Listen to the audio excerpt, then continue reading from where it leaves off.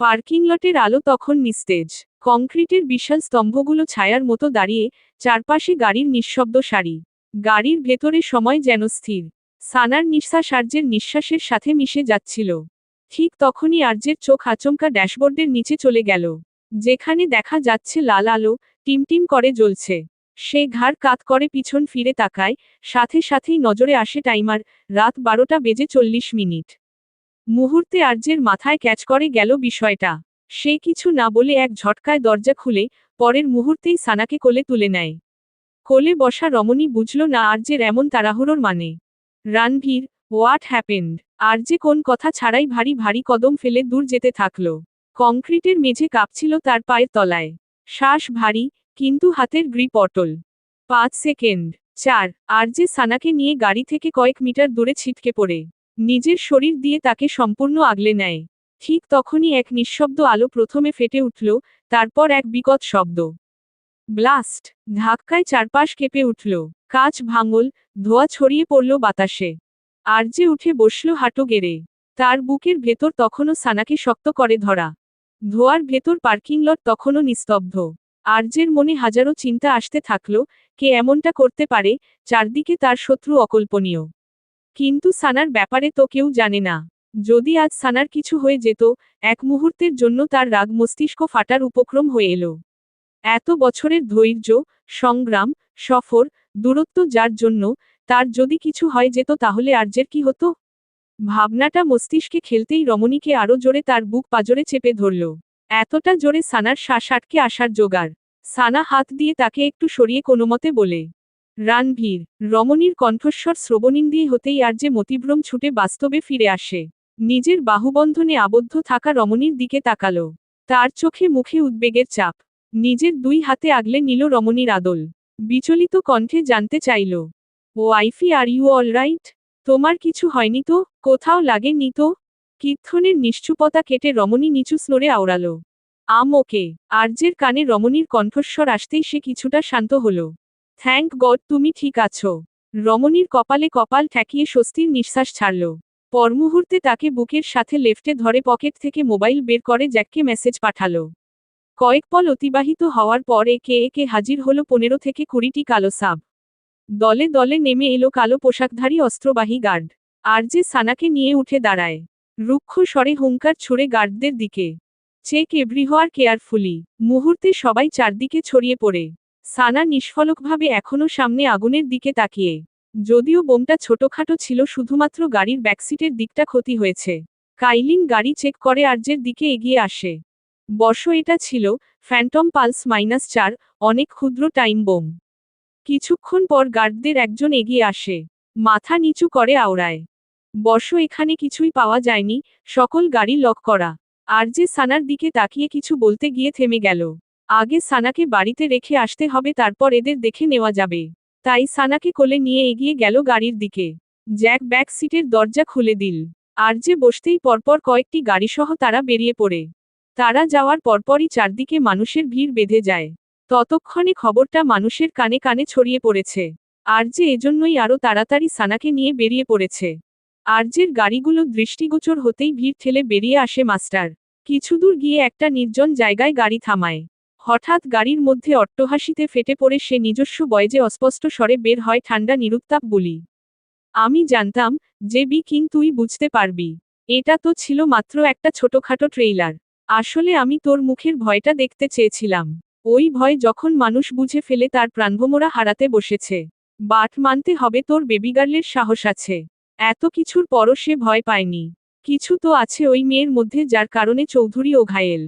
কিতকাল কিছু একটা ভেবে তার ঠোঁটের কোণে রহস্যময় হাসির রেশ দেখা গেল। বেবিগার্ল, তোমার নির্ভীক চাহনি আমাকে বারবার ইমপ্রেসড করছে। গাড়ির মধ্যে বসে সানা এই মুহূর্তে ভীষণ বিরক্ত, কেননা আর যে একটু পরপর তাকে জিজ্ঞেস করেই চলছে সে ঠিক আছে কিনা, ভয় পেয়েছে কিনা।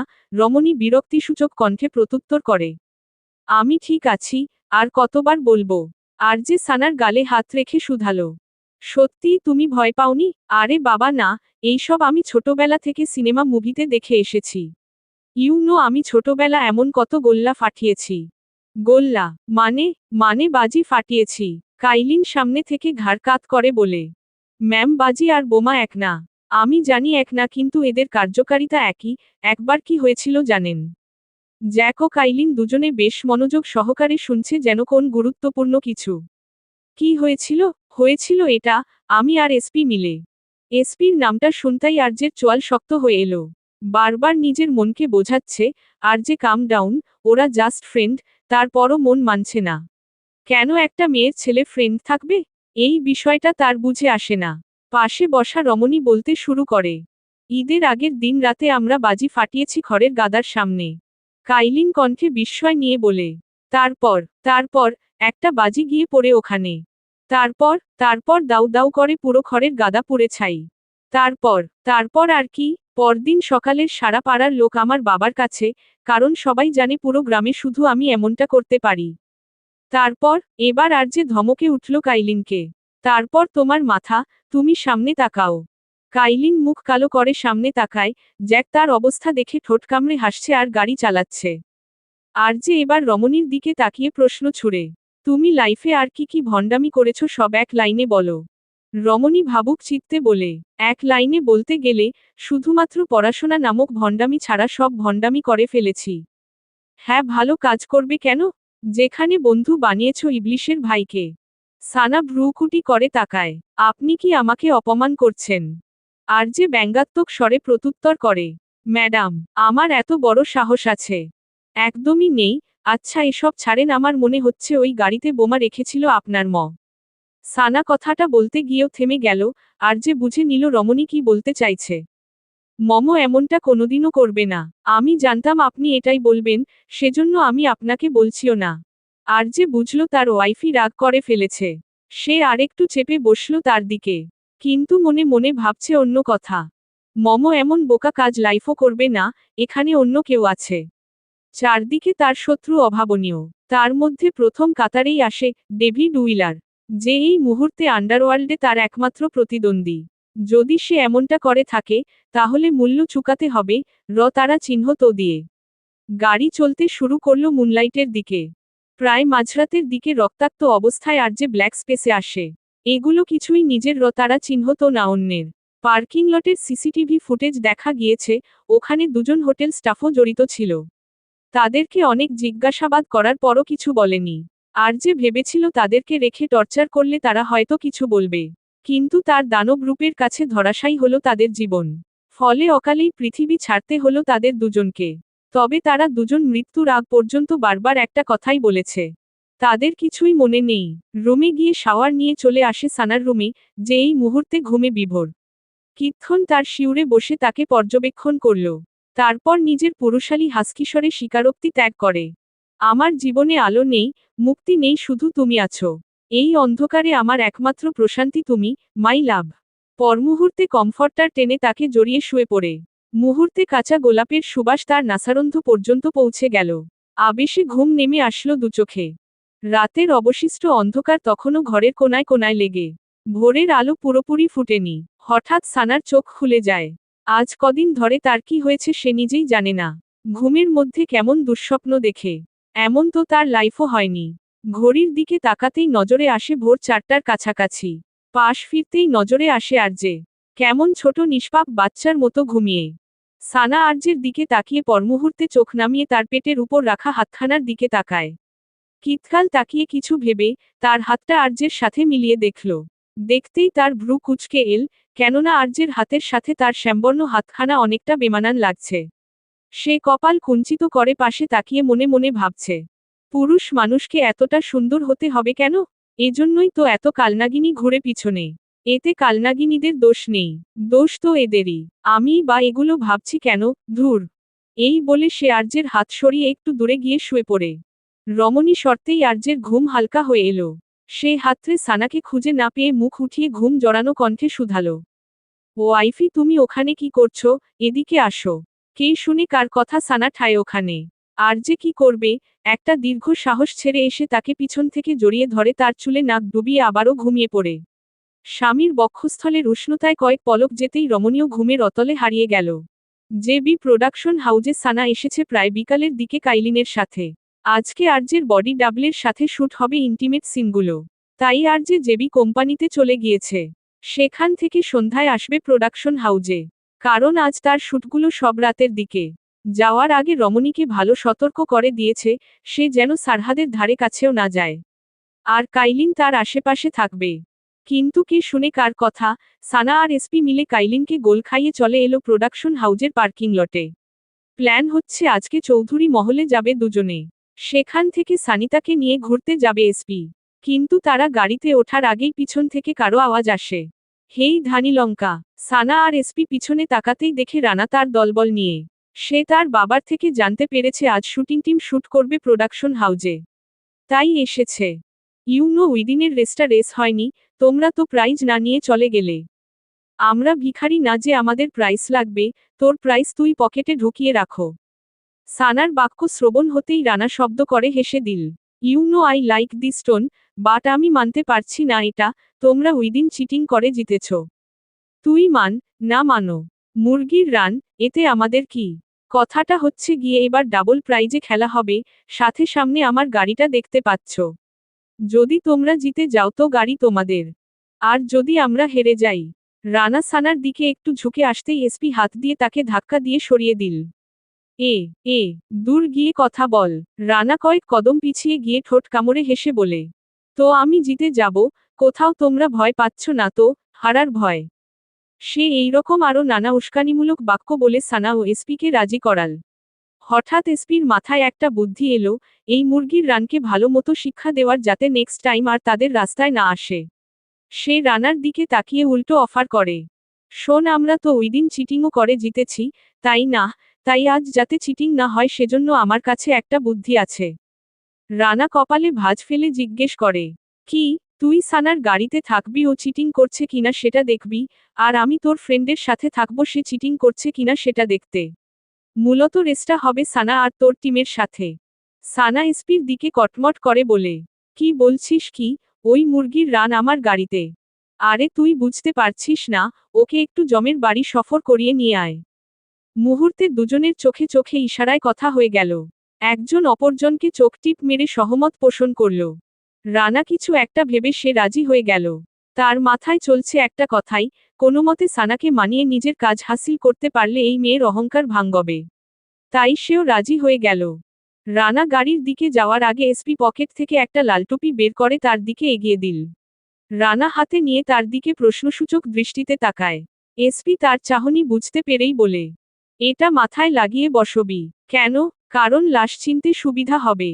রানা অবাক করা চাহনিতে অবলোকন করল এসপিকে। দেখি আর তুই এখন বুঝতে পারছিস না, যার সাথে গাড়িতে উঠছিস, তারপর তুই বেঁচে ফিরতে পারবি কিনা। সেজন্যই বললাম আর কি। রানা পাত্তা না দিয়ে গাড়িতে উঠে বসে। সানা ইঞ্জিন স্টার্ট দিয়ে এক্সিলেটরে পা রাখে। পাশের গাড়িতে রোহিত সাথে এসপি। সানা তার দিকে তাকিয়ে বাঁকা হেসে ধোয়া উঠিয়ে ছেড়ে দিল গাড়ি।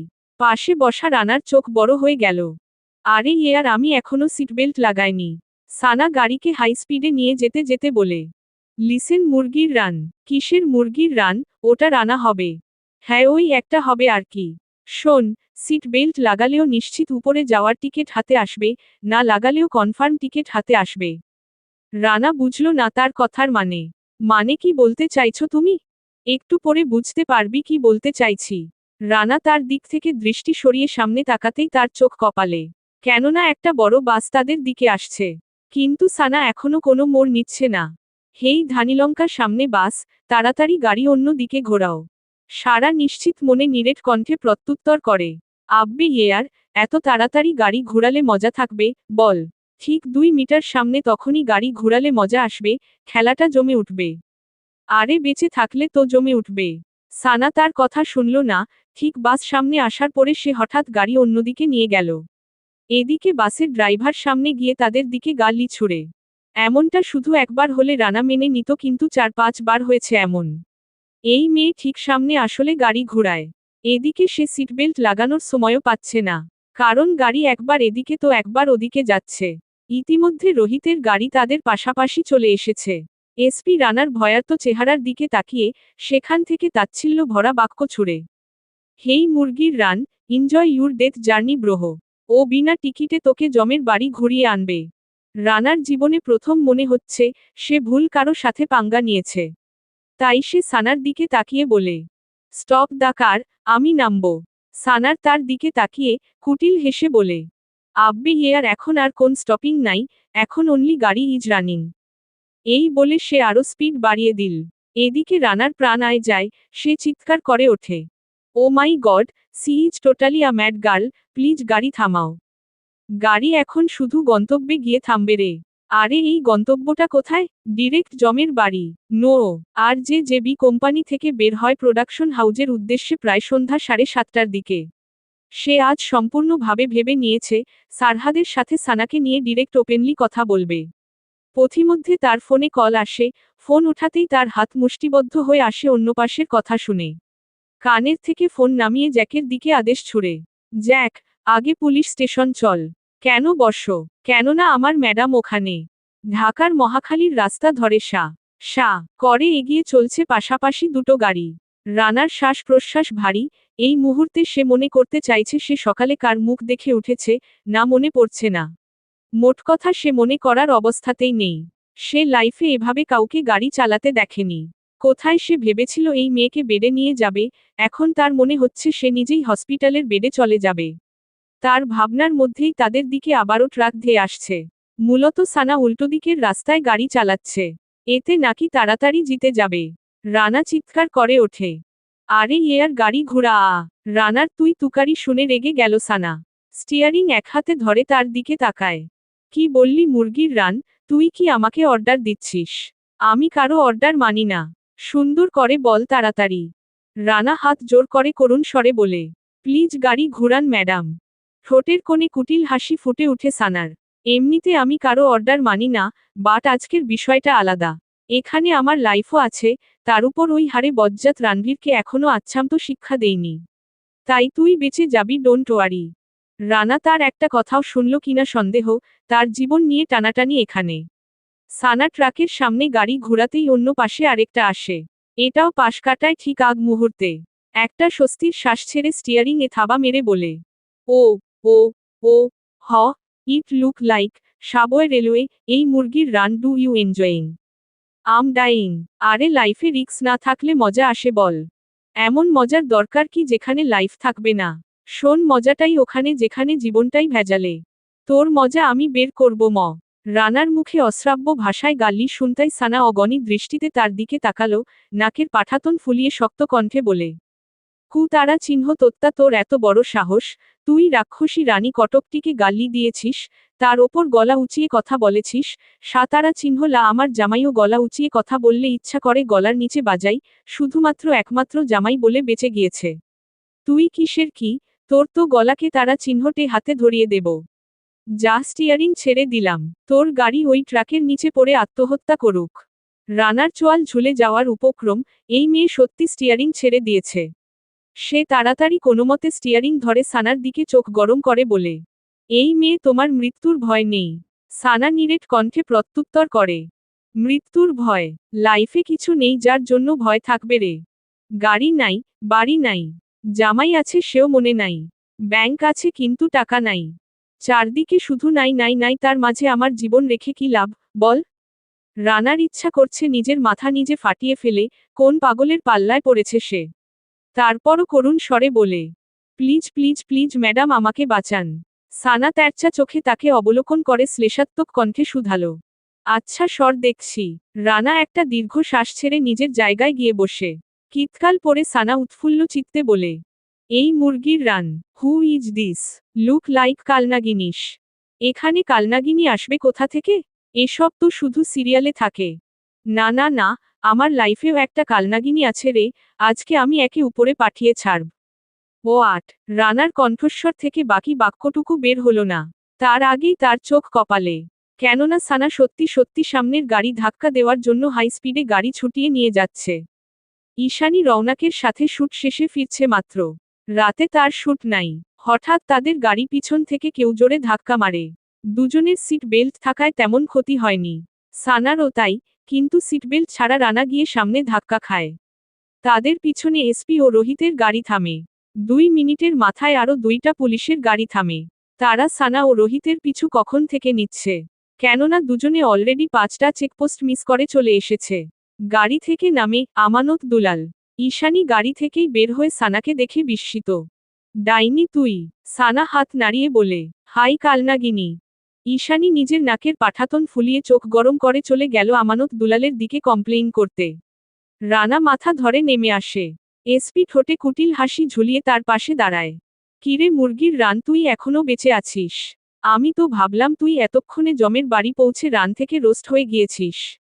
রানা প্রত্যুত্তর করার অবস্থায় নেই, কারণ তার মাথা ডিরেক্ট ঘুরছে। সানা এগিয়ে যায় ঈশানীর দিকে। ওই কালনাগিনী, এদিকে আয় আগে। শোন, তোর সাথে আমার কথা বলার কোন ইচ্ছা নেই, আর তোর ইচ্ছার এক আনা মূল্য নেই আমার কাছে। তাদের মধ্যে কথা কাটাকাটি শুরু হয়ে যায় এই নিয়ে। অন্যদিকে এসপি ও রানার মধ্যেও বিবাদ শুরু হয়ে গিয়েছে। রওনাক ও রোহিত দুজনে একবার এদিক তাকাচ্ছে তো একবার ওদিক, যেন দুজনেই দর্শকের ভূমিকা পালন করছে। তাদের ঝগড়ার মধ্যে আসে আমানত দুলালের গর্জন। হাবিলদার, এরেস্ট দ্যাম অল। ঈশানী মুখ কচু মাচু করে বলে, স্যার, আমি ভিকটিম। আমানত দুলালের সহজ স্বীকারোক্তি। রাস্তায় ঝগড়া করার জন্য এরেস্ট। ঈশানীর চোয়াল ঝুলে যাওয়ার অবস্থা। এমন আইন কবে থেকে বের হয়েছে সে নিজেও জানে না। রানাও তার মতো করে বলে, স্যার আমিও ভিকটিম। যে গাড়ি ধাক্কা দিয়েছে সেই গাড়ি কার? স্যার আমার। তাহলে? স্যার গাড়ি আমার, কিন্তু চালিয়েছে ও। আঙ্গুল দিয়ে ইশারা করল সানার দিকে। রমণী সাথে সাথে নিজের চেহারা বাচ্চাদের মতো করে আমানত দুলালের দিকে তাকিয়ে বলে, sir, just look at my face. এর থেকে মাসুম শাকাল আপনি পৃথিবীতে আর কোথাও পাবেন না, আমি গ্যারান্টি দিলাম 100%। যদি পান তাহলে এই মুরগির রানকে যাবজ্জীবন কারাদণ্ড দিবেন। আপনার মনে হয় আমি এমন একটা কাজ করতে পারি? ওর শাকাল দেখেন, দেখেই মনে হচ্ছে সুন্দরবনের গরু চোর। রানা দন্ত পার্টি পিষে এগিয়ে যায় সানার দিকে। কি বললি আমি গরু চোর? এসপি পিছন থেকে দৌড়ে এসে ধাক্কা দিয়ে সরিয়ে দিল তাকে। শালা ও ভুল বলেছে, তুই তো গাধা চোর। আবারও তাদের মধ্যে শুরু হয় তুমুল ঝগড়া। এবার চিৎকার করে ওঠে আমানত দুলাল, শাট আপ! কে গরু চোর, কে গাধা চোর, সেই সব কিছু পুলিশ স্টেশনে গিয়ে হবে। তাদের সবাইকে হাতকড়া পরিয়ে দাও। লেডি কনস্টেবল না থাকায় সানা ও ঈশানীর হাতে হ্যান্ডক্রাফ পরানো হয়নি, না হয় রোহিত, এসপি, রওনাক, রানা সবার হাতে হাতকড়া। সানা ঈশানীর দিকে এগিয়ে গিয়ে তাকে বগলধাবা করে বলে, চল কালনাগিনী, আমার কত দিনের স্বপ্ন আমি আর তুই একসাথে বসে ডাল ভাত খাবো। চল খেয়ে আসি তাও ফ্রিতে। তুই আমার হাত ছাড়, আমি তোর সাথে যাব না। আমি একজন সুপারস্টার। আব্বে superstar, gangster, Rockstar, prime minister. জেলে গিয়ে সবাই ডাল ভাতই খায়।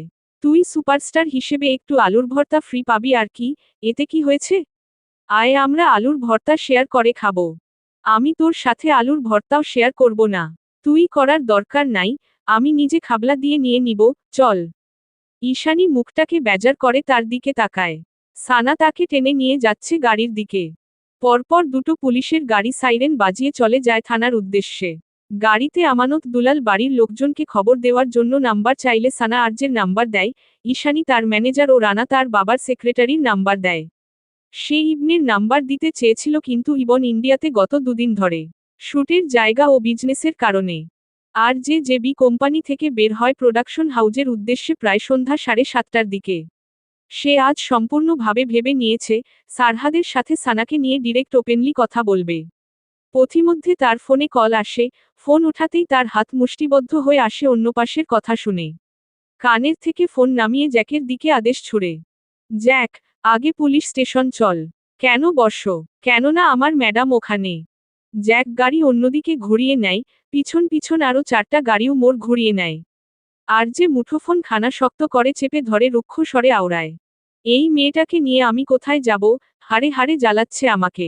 রোজ নতুন নতুন কোন না কোন কাণ্ড করে ক্ষান্ত হবে। পাশে বসা আয়ান ঠোঁট টিপে হাসি চেপে বলে, স্যার আপনার এগুলো ম্যামকে বলা উচিত। আর যে একটা দীর্ঘ শ্বাস ছেড়ে বাক্য ছুড়ে, আমার ম্যাম যদি আমার কথা শুনতো, তাহলে আমি তোমাদের বলতাম।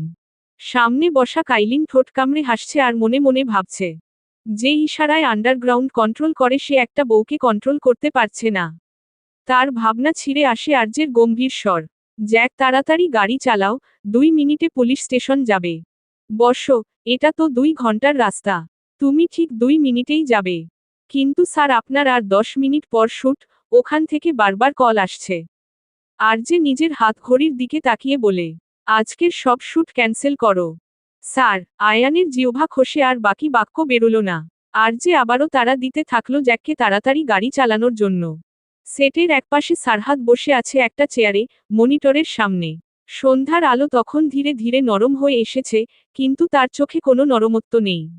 টেকনিক্যাল টিম নীরবে কাজ চালাচ্ছে, লাইট ঠিক করা, ফোকাস টানা, সাউন্ড চেক সবই চলছে, অথচ কেন্দ্রে যে মানুষটা থাকার কথা, সে নেই। আর যে এখানেও আসেনি। তার দুই হাত চেয়ারের হাতলে স্থির, কিন্তু আঙুলের ডগা অস্থির। নখ দিয়ে সে ধীরে ধীরে কাঠে আঁচড় কাটে অজান্তেই। শব্দটা খুব ক্ষীণ, কিন্তু তার মাথার ভেতরে সেটা বজ্রধ্বনির মতো। তার ভাবনা ছিঁড়ে একজন মেম্বারের আওয়াজ আসে। ডিরেক্টর, রেডি সব। সারহাদ মাথা তোলে, চোখে সেই ঠান্ডা দৃষ্টি। সব রেডি থাকুক, ও এলে এক সেকেন্ডও দেরি নয়। সে আবার বসে, চারপাশের শব্দগুলো তার কানে আসে না। তার মাথার ভেতরে কেবল একটাই দৃশ্য, আর্যের চোখে সেই বিজয়ের হাসি, সানাকে চুমু দেওয়া, আর নিজের ভেতরে জমে থাকা আতারা চিহ্নগুণ। সে আজ নিজেও মনে মনে কঠিন সিদ্ধান্ত নিয়েছে, আর যে আসলে সে তার সাথে ওপেনলি কথা বলবে। কেন সানার পিছনে পড়ে আছে সে? কোথাও আর যে সানাকে একক উদ্ধৃতি চিহ্ন। এ ভাবনাটা আসতেই সে হাতমুষ্টি বন্ধ করে চোয়াল শক্ত করে নিল। মুখে বিড়বিড়াল, না না, এটা অসম্ভব, এমনটা হতেই পারে না। একটা গভীর শ্বাস টেনে নিয়ে নিজেকে সামলে চেয়ারে হেলান দিয়ে বসে। চোখ জোড়া বন্ধ করতে ভেসে উঠল তার বাবার চেহারা। সারহাদ, লোকে বলে দুর্বলতাই ধ্বংসের কারণ। কিন্তু আমি বলি, অকৃতজ্ঞতাই সবচেয়ে বড় ধ্বংস ডেকে আনে। ওর তারা চিহ্ন, তের মূল্য চুকাতে হবে তোমায়। তোরাক করে চোখ খুলে নিল সে। চোখের সাদা অংশ লাল হয়ে উঠেছে। নিজের তর্জনী দ্বারা কপাল ঘষে নিরেট কণ্ঠে আওড়ায়, রক্তের মূল্য কখনো আমার সানাম হবে না। আবারও নিজের আখি জোড়া বন্ধ করতে ধরা দিল জীবনের সবচেয়ে সুন্দর মুহূর্তগুলো। ঠোঁটের কোণে দেখা দিল মুচকি হাসির রেশ। অতীত, ফারুকি নিবাসের সদর দরজায় দাঁড়িয়ে উকি দিচ্ছে 8 কি 9 বছরের একটা ছোট্ট মেয়ে। সিঁড়ি দিয়ে নামছে এক যুবক, মেয়েটিকে নজরে আসতেই শক্ত কণ্ঠে বলি ছুড়ে। কাকে চাই? বাচ্চা মেয়েটা ড্যাব ড্যাব করে ওর দিকে তাকায়। এসপি কোথায়? এসপি ঘুমাচ্ছে। আচ্ছা তাহলে আমি পরে আসব, ও ঘুম থেকে উঠলে বলবে আমাদের বাড়ি যেতে। এই বলে সে বাহিরে যাওয়ার জন্য পা বাড়াবে, এমন সময় পিছন থেকে আসে গম্ভীর পুরুষালী স্বর। স্টপ, এদিকে আসো। মেয়েটা ফিরে গুটি গুটি পায়ে এগিয়ে গেল সেদিকে, প্রশ্নোত্তক চাহনি নিক্ষেপ করল যুবকের উপর। তুমি ওইদিন আমাকে বাঁচিয়েছ কেন? নিশ্চয় তোমার কোন স্বার্থ ছি। তার কথা কেটে বাচ্চাটি সহজ সরল স্বীকারোক্তি ছুড়ে। তুমি মার খাচ্ছিলে তাই। একটা বাচ্চা মেয়ের মুখে এমন কথা শুনে ইগোতে লাগলো বোধ হয় যুবকের। তাই গলা খাকারি টপিক ঘুরানোর জন্য বলে, চকলেট খাবে? মেয়েটির মাথা উপর নিচে নাড়িয়ে হ্যাঁ বোঝালো। যুবকটি পকেট হাতড়ে এসপির জন্য রাখা চকলেট খানা বের করে দিতে গিয়ে উপরে তুলে নিল। হুম চকলেট দিব, বাট তুমি প্রথমে তোমার নাম বল। বাচ্চা মেয়েটা বিরক্তিসূচক দৃষ্টি নিক্ষেপ করে বলে, সানা। এবার দাও। ছেলেটি দিয়ে দিল। সানা চকলেট হাতে পেয়ে দৌড়ে চলে গেল। ছেলেটা ওই দিকে তাকিয়ে ঠোঁটের কোণে হাসি ঝুলিয়ে আওড়ায়। ফার্স্ট টাইম কেউ আমাকে স্বার্থ ছাড়া বাঁচিয়েছে। নাম Sana. Not perfect, hmm. Sanam, yeah Sanam is perfect for you. হঠাৎ সারহাদ চোখ খুলে ফেলে, সম্পূর্ণ আদলে খুশির রেশ ঠান্ডা নিরুত্তাপ স্বরে আওড়ায়। ইউ নো, সানাম, 12 বছরে মানুষ বদলে যায়। আমি ভেবেছিলাম তুমিও বদলাবে, কিন্তু তুমি এখনো সেই আগের মতোই আছো, একই চোখ, একই সাহস। কবে তুমি পুরোপুরি আমার হবে? একান্তই আমার। থানার সামনে গাড়ি থামে প্রায় রাত 8টার দিকে। সানা ঈশানীর কানে ফিসফিস করে বলে, জানিস কালনাগিনী আমার, মিশন টু পুলিশ স্টেশন, কত দিনের স্বপ্ন ছিল তাও তোর সাথে। বিধি তুমি ধন্য। আমার স্বপ্ন পূরণের জন্য কারো পুলিশ স্টেশনে আসা কিভাবে স্বপ্ন হতে পারে? ওসব তুই বুঝবি না, তোর মতো ছোটখাটো ড্রিম নিয়ে আমি ঘুরি না। আমার হাজবেন্ডকে দেখলেই বুঝতে পারবি আমি কত মেয়ের ড্রিম হাতের মুঠোয় নিয়ে ঘুরি। এই বাক্যটা শ্রবণ হতেই ঈশানীর সারা শরীর যেন জ্বলে উঠেছে। সে সাপের মতো ফুঁসে সানার দিকে রতারা চিহ্ন চক্ষু নিয়ে তাকায়। সানা তার অবস্থা দেখে ঠোঁট টিপে হেসে বলে, ওলে বাবা লে, আমার নাগিন সোনা। এত ফুলা ফুলিস না, ফেটে যাবি। তারপর আমি কাকে কালনাগিনী বলবো বল? তুই তো আমার লাইফের অন্যতম এন্টারটেইনমেন্ট। আর যে তোকে দয়া করে বিয়ে করেছে। নাগিন সোনা উল্টো হয়েছে তোমার কথা, আমি ওই আর যে কে দয়া করে বিয়ে করেছি। যাই হোক, এই এসপি সবগুলোকে আটকা, আমি আগে গাড়ি থেকে নামবো। রোহিত মাত্র নামতে গিয়েছে। সানার কথা শুনে হুডির টুপি ধরে তাকে পিছনে নিয়ে যায় এসপি। এই রুহ আফজা, পিছনে যা, আগে কটকটি নামবে। রোহিত মুখ বাঁকিয়ে রানার কাছে চলে গেল। সানা ঈশানীর জামায় আটকে রাখা কালো চশমাটা লাগিয়ে নামে। পিছন পিছন সবাই নেমে এলো।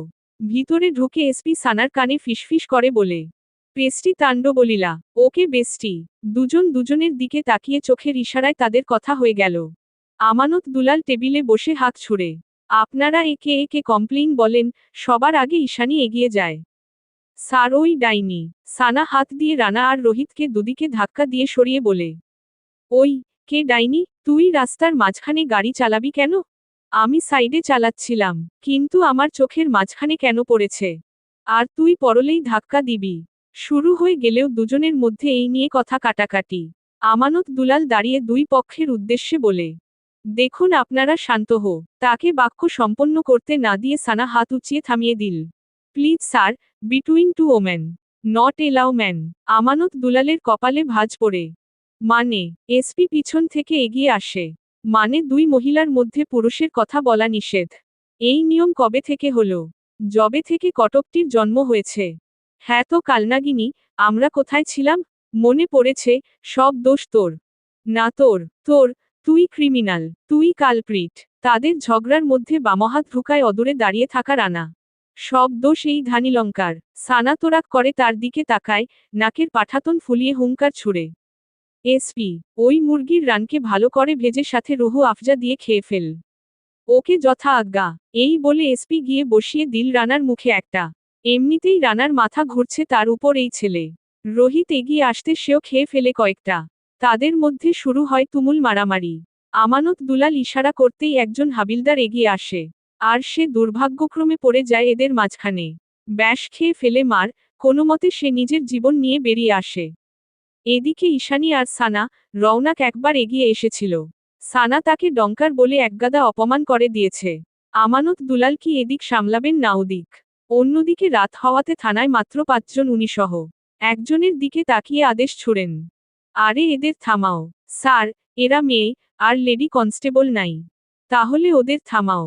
স্যার দেখেন একজন মার খেয়ে কেমন হালাত বানিয়ে বসে আছে। আরে তোমরা কেমন পুলিশ যে মার খা। উনার কথা কেটে হাবিলদার বলে, স্যার তাহলে আপনি যান। আমানত দুলাল গলা খাকারি দিয়ে বসে পড়েন। তিনি কি এই বয়সে মার খেতে চান নাকি?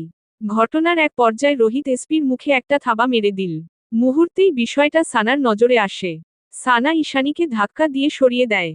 কালনাগিনী তোকে পড়ে দেখে নেব, ওই রুহু অফজার বাচ্চা আ। এই বলে সে এগিয়ে গেল রোহিতের দিকে। আঙ্গুল উছিয়ে গর্জে ওঠে, রুহু আফজার খালি বোতল, বিটকেলের গায়ে হাত তোলার সাহস হলো কিভাবে? সানা বলতে দেরি, ঠাসঠস করে একটা থাপ্পড় দিতে দেরি হয়নি। রোহিত সানার দাবাং মার্কা থাপ্পড় খেয়ে তার মনে হচ্ছে দাঁতগুলো সব পড়ে গিয়েছে। মুহূর্তে তার দুনিয়া ঘুরে ওঠে। সানা এসপির দিকে তাকাতেই নজরে আসে ঠোঁটের কোণে রক্ত। কালবিলম্ব না করে ঘুরে রোহিতের অন্য গালে আরেকটা দিল বসিয়ে। এবার রোহিতের মুখ পুরো অবশ হয়ে গিয়েছে। রোহিত দুই গালে হাত দিয়ে দাঁড়িয়ে ভাবছে, সে লাইফে এত জোরে থাপ্পড় খেয়েছে কিনা সন্দেহ। অন্যদিকে ঈশানী সানার ধাক্কা একটু পিছিয়ে যেতেই পিছনের লকআপের 7-8 জন অপরাধীদের মধ্যে একজন তার দিকে কুমন্তব্য ছুড়ে, কি সুন্দরী লাগবে নাকি? ঈশানী ঘাড় কাত করে তাদের দিকে তাকাতেই সবগুলো কেমন দাঁত বের করে বিশ্রী ভাবে হেসে ওঠে। ঈশানী তাদের দিকে কটমট দৃষ্টি নিক্ষেপ করে সানার দিকে এগিয়ে গেল। এই ডাইনি, ডাইনি, শোন। সানা এদিকে বিজি রোহিত আর রানার সাথে বোঝাপড়া করতে। অন্যদিকে আমানত দুলাল তো আছেই, কখন থেকে চিৎকার করেই চলছে। ঈশানীর কণ্ঠ কানে আসতেই সে বিরক্তিসূচক দৃষ্টি নিক্ষেপ করে। কি ডাইনি, ডাইনি করছিস? তারপরের লাইন বল। ওদের থেকে একজন বলেছে, কি সুন্দরী লাগবে নাকি? সাতারা চিহ্ন লা, আমি কি মেয়ে সাপ্লাই মারি নাকি? ওদের জন্য সুন্দরী আনবো কোথা থেকে? না না, ওরা আমাকে বলেছে। কি হহ, তোকে বলেছে? হ্যাঁ আমাকে বলেছে। এদের কলিজা এত বড়। সানা রোহিতের কলার ছেড়ে এগিয়ে যায় লকআপের দিকে। অপরাধীদের দিকে প্রশ্ন করে, ওই কোনোটার সুন্দরী লাগবে বল? সামনের থেকে একজন আবারও বলে, কেন সুন্দরী তোমারও লাগবে নাকি? সানা দন্ত পার্টি পিষে বলে, দাঁড়া তোদের লাগাচ্ছি সুন্দরী। এ হাবিলদার তাড়াতাড়ি লোকাপের দরজা খোল। এদের সুন্দরী লাগবে। এই বলে সে কনস্টেবলের দিকে এগিয়ে গেল। আমানত দুলালের এত শব্দ কোলাহলের মধ্যে তার হুঁশ নেই। উনি ওনার 30 বছরের কর্মজীবনে এত কোলাহলের ভিতরে কখনোই ছিলেন না। তিনি মাথা ধরে বসে আছেন। উনার পাশে একজন হাবিলদার উনাকে বাতাস করছে। স্যার, আপনার কি রাগ হচ্ছে? রাগ কাকে বলে? স্যার, আপনার নাম মনে আছে? নাম কি আমার? তাদের কথার মধ্যে আসে সানার আওয়াজ। এ হাবিলদার, তাড়াতাড়ি চাবি দেন, ওদের সুন্দরী লাগবে। হাবিলদার তার দিকে চোখ তুলে তাকায়। কি বলছেন ম্যাডাম, চাবি দেওয়া যাবে না। আপনি চাবি দিবেন নাকি আমি পুলিশ স্টেশনের নামে পুলিশ স্টেশনে কমপ্লেইন করব? একজন মেয়েকে হেনস্থা করা হয়েছে এখানে। কে বলেছে? আপনি বলেন, আমি বিচার করব। দেশের অবস্থা খারাপ, আমি কাউকে বিশ্বাস করি না। নিজের বিচার নিজেই করি, চাবি দেন। হাবিলদার আমানত দুলালের দিকে তাকায়। আমানত দুলাল হাত দিয়ে ইশারা করে বলেন, যা চাই দিয়ে দাও। হাবিলদার লকআপের চাবি দিতেই সানা লকআপ খুলে ভিতরে গেল। এবার বল, কোন তারা চিহ্ন তোত্তার সুন্দরী লাগবে, আজকে সুন্দরী গুলে খাওয়াবো, সাথে ভবিষ্যৎ এমনভাবে উড়াব যেন ভবিষ্যতে আর সুন্দরী না লাগে। তাদের থেকে একজন এগিয়ে আসতেই সানা তার সেন্সিটিভ জায়গায় লাগায় এক লাথি, সাথে থাপ্পড়। এবার বল, সুন্দরীর অ্যাকশন কেমন লাগলো? হাত ছুড়ে এসপির দিকে। এসপি, কাটা চামচ নিয়ে আয়। আজকে এদের চোখ তুলে আমি মার্বেল খেলবো। এসপি রানা আর রোহিতের সাথে ব্যস্ত ছিল, সে ডাক শুনে এগিয়ে যায় সেদিকে। কি রে, কি হয়েছে? তুই এর ভিতরে ঢুকলি কিভাবে? এদের নাকি সুন্দরী লাগবে? কি তারা চিহ্ন তোত্তার বাচ্চা গুলো তোকে এই কথা বলেছে? না, ওই কালনাগিনীকে বলেছে। আচ্ছা, ওই কালনাগিনীকে? তাহলে ঠিক আছে। সানা চোখ বড় বড় করে তার দিকে তাকায়। শার্টের কলার টান দিয়ে বলে, এসপি, নারীর অসম্মান। মুহূর্তে এসপি হাত টান টান হয়ে যায়। হা হা, নারীর অসম্মান কোনকু তারা চিহ্ন তোত্তা বলেছিস? আরে আমি দেখে নেব, তুই গিয়ে কাটা চামচ নিয়ে আয়, সবগুলোর চোখ তুলব। এসপি কাটা চামচ আনতে চলে যায়। এদিকে সানা আরও একটার দিকে এগিয়ে যেতেই বাকি 4-5 জন বেরিয়ে পড়ে। অপরাধীগুলো কারাগার থেকে বেরোতেই হাবিলদারের চোখ বড় বড় হয়ে যায়। আমানত দুলালের দিকে তাকিয়ে জোরে বলে ওঠে, স্যার, সব অপরাধী জেল থেকে বেরিয়ে গিয়েছে। আমানত দুলাল তোরাক করে উঠে দাঁড়ায়। তাড়াতাড়ি দরজা বন্ধ করো। তার হুঙ্কারে একজন হাবিলদার গিয়ে মেইন ফটক বন্ধ করে ওখানে দাঁড়িয়ে যায়, যাতে কেউ বেরুতে না পারে। এদিকে সানা জেলের ভিতর একজনকে ধরে আচ্ছামত কেলিয়ে ঈশানীর সামনে নিয়ে আসে। এ কালনাগিনী, একে থাপ্পড় লাগা জোরে। ঈশানী কুচু মাচু হয় বলে। আমি কিভাবে? কেন নাগিনসোনা, তোমার হাত নাই? হাত দিয়ে লাগা। ঈশানী আস্তে একটা থাপ্পড় লাগালো, যা দেখে সানার মাথা গরম হয়ে গিয়েছে। আবে কালনাগিনী, তোকে আমি মশা মারতে বলেছি এমন জোরে থাপ্পড় লাগাবি যাতে দাঁত খুলে হাতে আসে। দেখ কিভাবে লাগাতে হয়। এই বলে সে নিজেই ঈশানীর গালে একটা লাগিয়ে দিল। ঈশানী গালে হাত দিয়ে বিস্মিত চোখে তার দিকে তাকায়। ডাইনি, তুই আমাকে মারলি কেন? তোকে দেখাতে কিভাবে থাপ্পড় মারতে হয়। এবার এটার উপরে প্র্যাকটিস কর, নে ধর। ঈশানী ওই অপরাধীর কলার ধরে একের পর এক থাপ্পড় লাগাতে থাকে। কালনাগিনী যতক্ষণ না ওর দাঁত খুলে নিচে পড়বে, ততক্ষণ তুই শুধু লাগাতেই থাকবি। বুঝতে পেরেছিস? আমি অন্যগুলোর চোখ তুলে নিয়ে আসি। পুরো পুলিশ স্টেশনে অপরাধীরা দৌড়াদৌড়ি করছে। পিছনে সানা, এসপি, ঈশানী ও রাওনাক দৌড়াদৌড়ি করছে আমানত দুলালের চারপাশে। কে কার পিছনে ছুটছে, কে কাকে মারছে তিনি কিছুই বুঝতে পারছেন না। উনি চিৎকার করে ঘুরতে ঘুরতে ঠাস করে বসে পড়েন মাথায় হাত দিয়ে। রোহিত এখনো নিজের 2 গাল ধরে বসে আছে। রানা নিজের মাথা চেপে ধরে বসে। পুরো পুলিশ স্টেশনের কাগজপত্র সব ছড়িয়ে ছিটিয়ে। একজন হাবিলদার এগিয়ে যায় আমানত দুলালের দিকে। স্যার, আপনার কি রাগ হচ্ছে? আমানত দুলাল নিজের দন্তপাটি পিষে বলে, না, আমার রাগ হচ্ছে না, আমার নিজেকে পাগল পাগল মনে হচ্ছে। আমি সত্যি বলছি, এমন যদি কোন অপরাধী হতো তাহলে আমি আরও 30 বছর আগেই রিটায়ারমেন্ট নিয়ে নিতাম। তাদের কথোপকথনের মধ্যে একজন হাবিলদার এগিয়ে আসে। স্যার, ওই মেয়েটা একজন অপরাধীর নাক ফাটিয়ে দিয়েছে। তোমার নাক ঠিক আছে? জি স্যার। তাহলে তুমি নাক ধরে বসে থাক। হাবিলদার, ওকে স্যার, বলে তার পাশে বসে পড়ে। আরেকজন হাবিলদার চিৎকার করে আবার এগিয়ে আসে। স্যার, ওই মেয়েটা আরেকজন অপরাধীকে থাপ্পড় মেরে দাঁত ফেলে দিয়েছে। তোমার দাঁত ঠিক আছে? জি স্যার। তাহলে নিজের দাঁত সামলে বসে থাকো। Okay sir. হাবিলদার, বরফ নিয়ে আসো। স্যার, এই শীতে বরফ কেন লাগবে? কারণ আমার মাথা ঘুরাচ্ছে। একজন বরফ নিয়ে আসতেই উনি আইসপ্যাক মাথায় নিয়ে বসে পড়লেন। এই মেয়ে তার 30 বছরের রেকর্ড ভেঙে দিয়েছে। আজকে শুধু তার রাগ হচ্ছে না, ইচ্ছে করছে নিজের মাথা নিজে ফাটিয়ে ফেলে সে। চিৎকার করে ওঠেন তিনি। আরে এটা কার বউ?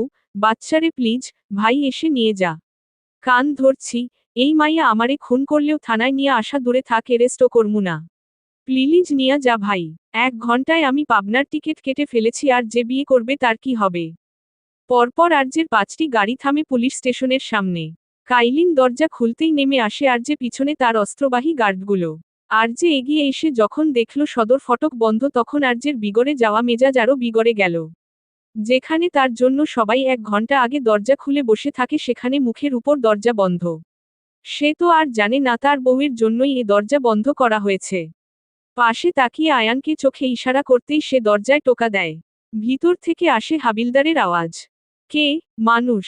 আরজে কটমট দৃষ্টি নিক্ষেপ করে আয়ানের দিকে। সে তড়িঘড়ি করে শুধরে বলে, আমরা ম্যামকে নিতে এসেছি। আয়ানের কথা শুনে হাবিলদার উৎফুল্ল চিত্তে এগিয়ে যায় আমানত দুলালের নিকট। স্যার, ওই মেয়েটাকে নিতে কেউ এসেছে।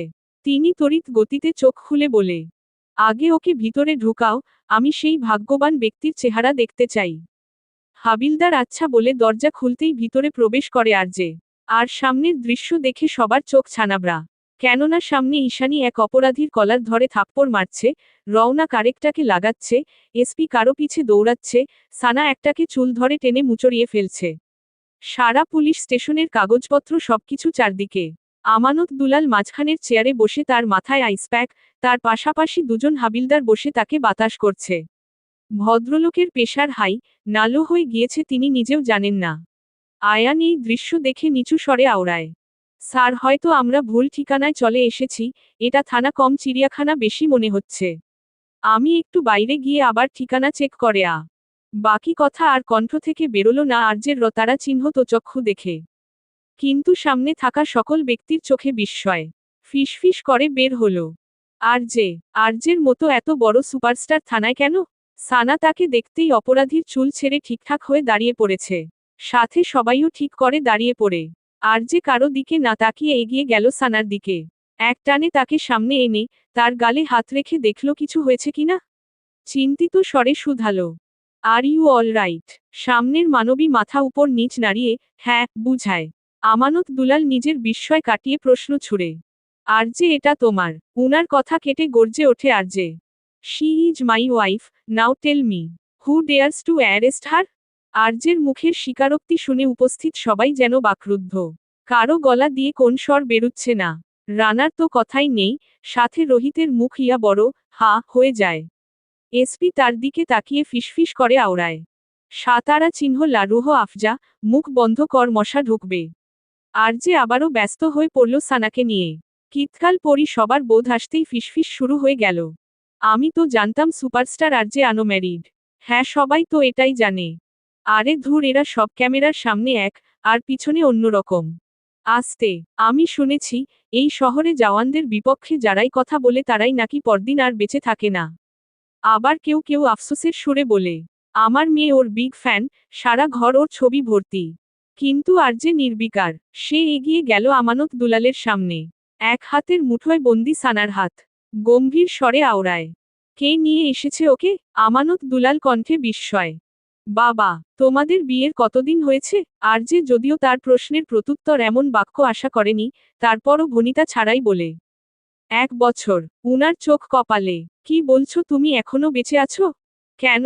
আমানত দুলাল মোবাইল ঘেটে একটা ছবি বের করে আরজের সামনে ধরে, দেখো, আমি আমার জন্য পাবনার সিট অলরেডি বুকিং করে ফেলেছি, আর 1 ঘন্টা পরে আসলেই তুমি আমাকে ওখানেই পেতে। আরজে সন্দিহান দৃষ্টিতে পাশের রমণীর দিকে তাকায়। সানা আর চোখে তাকে দেখে অন্যদিকে ফিরিয়ে নিল মুখ। এভাবে কয়েকবার হওয়ার পর আরজে যা বোঝার বুঝে নিল। গলা খাকারি দিয়ে পুরো আত্মবিশ্বাসের সাথে বলে, আমার বউ এমনটা লাইফেও করতে পারে না। সব দোষ এই 12 ভাতারির। আরজে হাত দিয়ে এসপিকে ইশারা করতেই এসপি যেন আকাশ থেকে পড়ল। মানে এটা কোন কথা হলো ভাই? সে কাদো কাদো স্বরে বলে, আমার কোন লাভ লস নাই রে। শালা, আমার পুরো লাইফটাই লস। এই 2 পাগল বউ জামাই এর চক্করে। কালের বউ একে তারা চিহ্ন ন করলে এই জাউরা ডেথ নোটে আমার নাম লিখবে, এতে আমার কোন সন্দেহ নাই। আরজে এসপির কথায় পাত্তা না দিয়ে সামনে তাকায়। সো আর তার কথা কেটে আমানত দুলাল হাত নাড়িয়ে বলে, আর কিছু লাগবে না বাবা, শুধু বউ নিয়ে যাও, বেঁচে থাকো, ওর 7 তারা চিহ্ন নমাফ। আর পাবনার টিকিট লাগলে আমারটা নিয়ে যেও। আর যে তার দিকে বিরক্তিসূচক দৃষ্টি নিক্ষেপ করে মনে মনে ভাবছে, আমি তো বলতে গেলাম, আর কোনোদিন ওকে নিয়ে আসলে এই পুলিশ স্টেশন আর থাকবে না। সানাকে নিয়ে ফিরতে নজরে আসে রওনাক ও ঈশানী। তোমরা এখানে? রওনাক একবার ঈশানীর দিকে তাকায়, যে বহু কষ্টে নিজের চোখের পানি আটকে রেখেছে। স্যার, ম্যাম ঈশানীর গাড়ি পিছন থেকে ধাক্কা দিয়েছিল। আর যে ভ্রু কুঁচকে প্রত্যুত্তরে বলে, তোমরা রাস্তার মাঝখানে গাড়ি কেন চালাচ্ছিলে? এতে ধাক্কা লাগতেই পারে, স্বাভাবিক। স্যার, আমরা এক সাইড হয়ে গাড়ি চালাচ্ছিলাম। হ্যাঁ, তো তোমরা রাস্তায় কেন চালাচ্ছিলে? পাশে থাকা আয়ান হাসি চেপে আরজেকে আর একটু জ্বালানোর জন্য বলে, স্যার আসমানে গাড়ি চালানো যায় না। আরজে চোখ গরম করে তাকায়। তোমার মুখ থেকে শব্দ বেরোলেই বেতন কাটা। রওনাক ও আয়ানের চোয়াল ঝুলে যাওয়ায় অবস্থা, এটা কোন কথা? রওনাক ফিসফিসাল। ভালো কথারও জামানা নেই। আর যে সানাকে নিয়ে দরজার সামনে যেতেই পিছন থেকে আসে রানার কণ্ঠস্বর। বাহ, জেবি কিং এর একটা সিক্রেট ওয়াইফও আছে। এটা তো মনে হচ্ছে একটা বিগ নিউজ। আর যে ঘাড় কাত করে তার দিকে তাকায়। এতক্ষণে তার নজরে আসেনি, কেননা রানা কোনায় দাঁড়িয়েছিল। আর যে কিছু না বলে সানার দিকে তাকিয়ে কাইলিনকে ইশারা করে বলে, ওয়াইফি তুমি ওর সাথে গাড়িতে যাও। সানা কথা না বাড়িয়ে কাইলিনের সাথে গাড়ির দিকে চলে যায়। সে বেরুতেই এসপি আরজের কাছে আসে। দেখ যাওরা, আজকে কিন্তু আমার দোষ নাই, এই মুরগির রান উস্কে এনেছে তোর বউকে। আর যে নিজের কোর্টের হাতা গুটিয়ে রানা কিছু বুঝে ওঠার আগেই তার কলার ধরে তার মুখে বসিয়ে দিল এক থাবা। সে প্রতিরোধের সময় পর্যন্ত পায়নি। পরপর আরও 2-3 বার আঘাত হানে আরজে। ব্যথায় কুকড়ে ওঠে রানা। আরজে একটানে তাকে উঠিয়ে নিজের মুখের কাছে নিয়ে দাঁত খিচিয়ে বলে, শোন, এটা লাস্ট চান্স, আর একবার যদি ওর আশেপাশেও দেখি তাহলে ভাব তুই আর পরদিনের সূর্য দেখবি না। আর লাস্ট চান্স কিভাবে কাজে লাগাতে হয় সেটা ইবনের থেকে জেনে নিস। বেচারা নিজের বিজনেস বাঁচানোর জন্য কত জায়গায় দৌড়াচ্ছে। এই বলে রানার দিকে আরজে একটা ঠান্ডা হাসি দিয়ে ঝটকা মেরে ছেড়ে দিল। রানা নিজের ঠোঁটের রক্তখানা হাতের উল্টো পিঠে মুছে সন্দিহান গলায় বলে, তার মানে তুই সেই যে মির্জাদের বিজনেসের সাথে কারসাজি করেছিস? আর যে ঠোঁটের কোণে বাঁকা হাসি ঝুলিয়ে চুল ব্যাক ব্রাশ করে শুধালো, এবার শুধু কারসাজি করেছি, নেক্সট টাইম সম্পূর্ণ কারবার বন্ধ হয়ে যাবে। হঠাৎ রানার হেসে ওঠে, তোর যে একটা সিক্রেট ওয়াইফ আছে যেটা যদি পাবলিক হয়ে যায়। আর যে তার কাঁধে দুটো চাপড় দিয়ে জ্যাককে ইশারা করে চলে যায়। এসপি আঙ্গুল ভাঁজ করে রানার দিকে বন্দুকের মতো তাক করে বেরিয়ে পড়ে। তারা বেরোনোর পর জ্যাক তার নিকট আসে এবং একটা ভিডিও দেখায়। সাথে সাথে রানার মুখের ভাব পাল্টে যায়। সে মুহূর্তে বোঝে যায় আর যে তাকে কি বলতে চাইছে। হাত মুষ্টিবদ্ধ করে নিজের রাগ সামলে দন্তপাটি পিষে বলে, ওকে ডান। জ্যাক তার মুখে স্বীকারোক্তি শুনে পুলিশের দিকে চলে গেল, তাদের কাছ থেকে বিষয়টা মিটমাট করতে। হঠাৎ রোহিত বলে ওঠে, ইস, মেয়েটার ভাগ্য খারাপ, সম্পূর্ণ একটা রেড ফ্ল্যাগকে বিয়ে করেছে। রানা নিজের মুখের রক্তটাকে থু করে ফেলে বলে, শালা ও রেড ফ্ল্যাগ না, পুরো ব্ল্যাক ফ্ল্যাগ। আর এর বউ হচ্ছে রেড ফ্ল্যাগ। আজকে শুটের দিনের শেষ দিন বাংলাদেশে, তাই সানা ড্রেসিং রুমে দাঁড়িয়ে ড্রেস দেখছে। হঠাৎ পিছন থেকে আরজে এসে তাকে জড়িয়ে ধরে। সানা বিরক্তি হয়ে শুধায়, আপনার কি কোন কাজ নেই, সারাক্ষণ শুধু আমার সাথে চিপকে থাকেন? ইউ নো, বউ আদর করা সবচেয়ে বড় কাজ। এখন তাড়াতাড়ি আমাকে একটা চুমু দিয়ে দাও।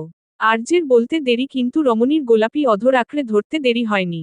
এদিকে সারহাদ সানাকে খুঁজতে খুঁজতে ড্রেসিং রুমের সামনে এসে সানাকে এই অবস্থায় দেখে তার যেন পায়ের রতারা চিহ্ন তো মাথায় উঠে গেছে।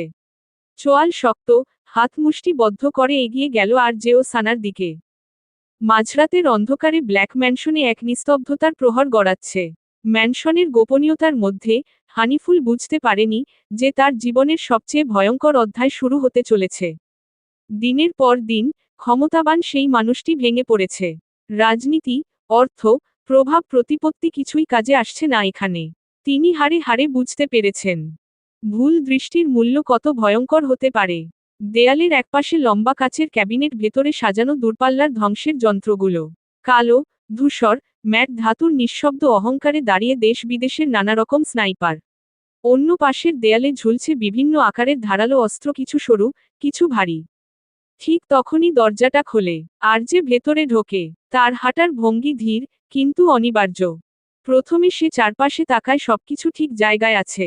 তারপর হানিফুল ইসলামের সামনে দাঁড়ায়। গম্ভীর স্বরে আওড়ায়, পৃথিবীটা অদ্ভুত তাই না? তার থেকেও অদ্ভুত এখানকার মানুষগুলো।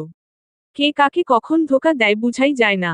চল মৃত্যুর আগে তোকে একটা সত্য কথা বলি, কিছুদিন আগে তোর উপর যেই হামলাটা হয়েছিল সেটা কে করেছে জানিস? হানিফুল ইসলামের কণ্ঠস্বর থেকে কোন আওয়াজ বের হলো না, বরং কোনোমতে মাথা নাড়িয়ে বুঝাল, না। আর যে তার চেয়ারের হাতল ধরে ঝুঁকে বলে, তোর আদরের ছোট ছেলে। ছেলের কথা শুনে তিনি এতদিনে যতটা না ভেঙে পড়েছেন এখন তার থেকেও দ্বিগুণ ভেঙে পড়েন। আর যে আবারও ঠান্ডা স্বরে বলি ছুড়ে, এবার বল বাঁচার ইচ্ছা আছে? যখন ক্ষমতা আর সম্পত্তির জন্য ছেলে তার বাবাকে মাতারা চিহ্ন রতে চায় তখন অমানুষ বাবাটাও আর বাঁচতে চায় না।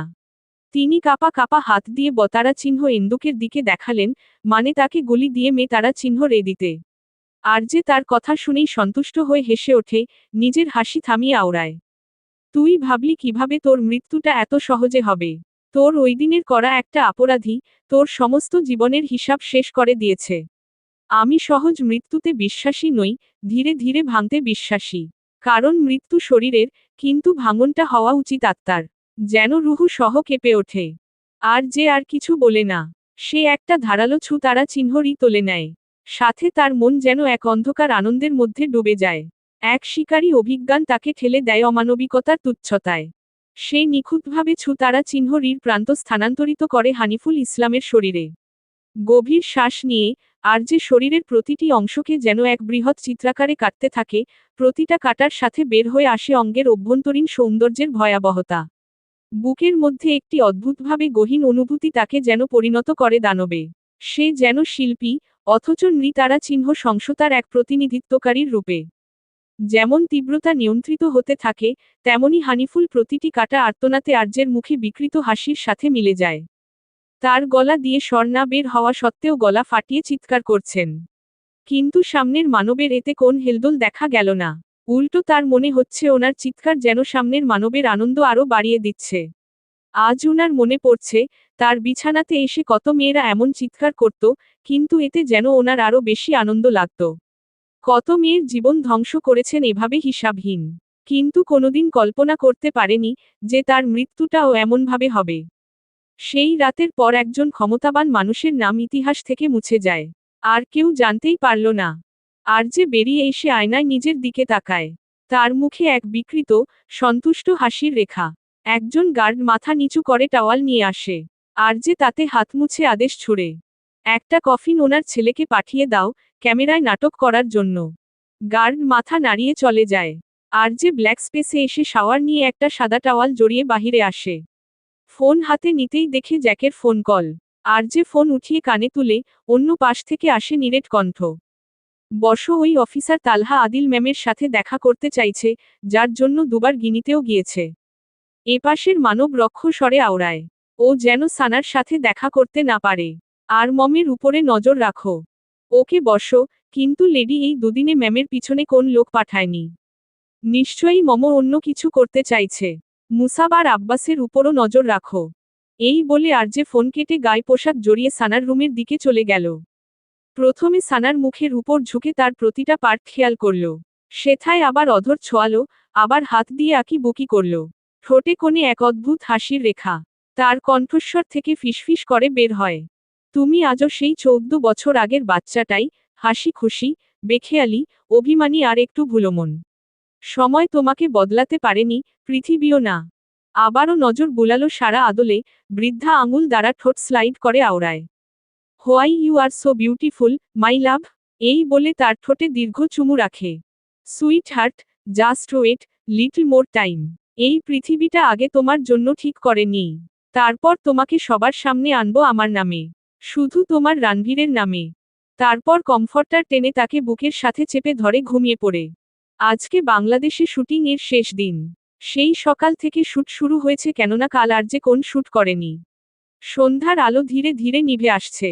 সেটের চারপাশে বিশাল লাইটগুলো জ্বলে ওঠে। টেকনিক্যাল টিম শেষ শটের প্রস্তুতি নিচ্ছে, ক্যামেরা ঠিক করা, মাইক চেক, ডিরেক্টরের গলা একটু কর্কশ, তবু নিয়ন্ত্রণে। লাস্ট শট, সবাই রেডি। সানা নিজের জায়গায় দাঁড়িয়ে, মুখে পেশাদার শান্ত ভাব, কিন্তু চোখে চাপা ক্লান্তি। এসপি কিছুক্ষণ আগে বেরিয়েছে চৌধুরী মহলের উদ্দেশ্য, সে নাকি বাড়িকে খুব মিস করছে।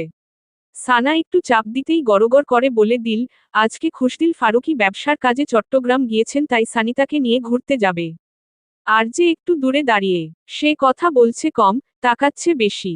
তার চোখ বারবার সানার দিকে যাচ্ছে, আবার নিজেকে ফিরিয়ে আনছে। অ্যাকশন। শেষ দৃশ্য শুরু হয়। সবাই নিখুঁত, পেশাদার, সংলাপ ঠিকঠাক, ক্যামেরার মুভমেন্ট মসৃণ। ডিরেক্টরের কণ্ঠে চূড়ান্ত ঘোষণা সবার কানে আসে। কাট। শুটিং শেষ হয়েছে। লাইটগুলো একে একে নিভছে, সেটের কোলাহল ভেঙে পড়ছে ক্লান্ত নিঃশ্বাসে।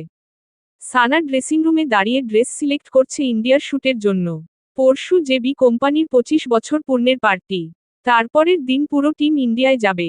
তার ভাবনার মধ্যেই একজোড়া হাত তার কোমর চেপে ধরে পিছন থেকে। তার নাকে আসে কফি উডের সাথে ভ্যানিলার করা স্মেল। রমণীর বুঝতে অসুবিধা হয় না যে এটাকে।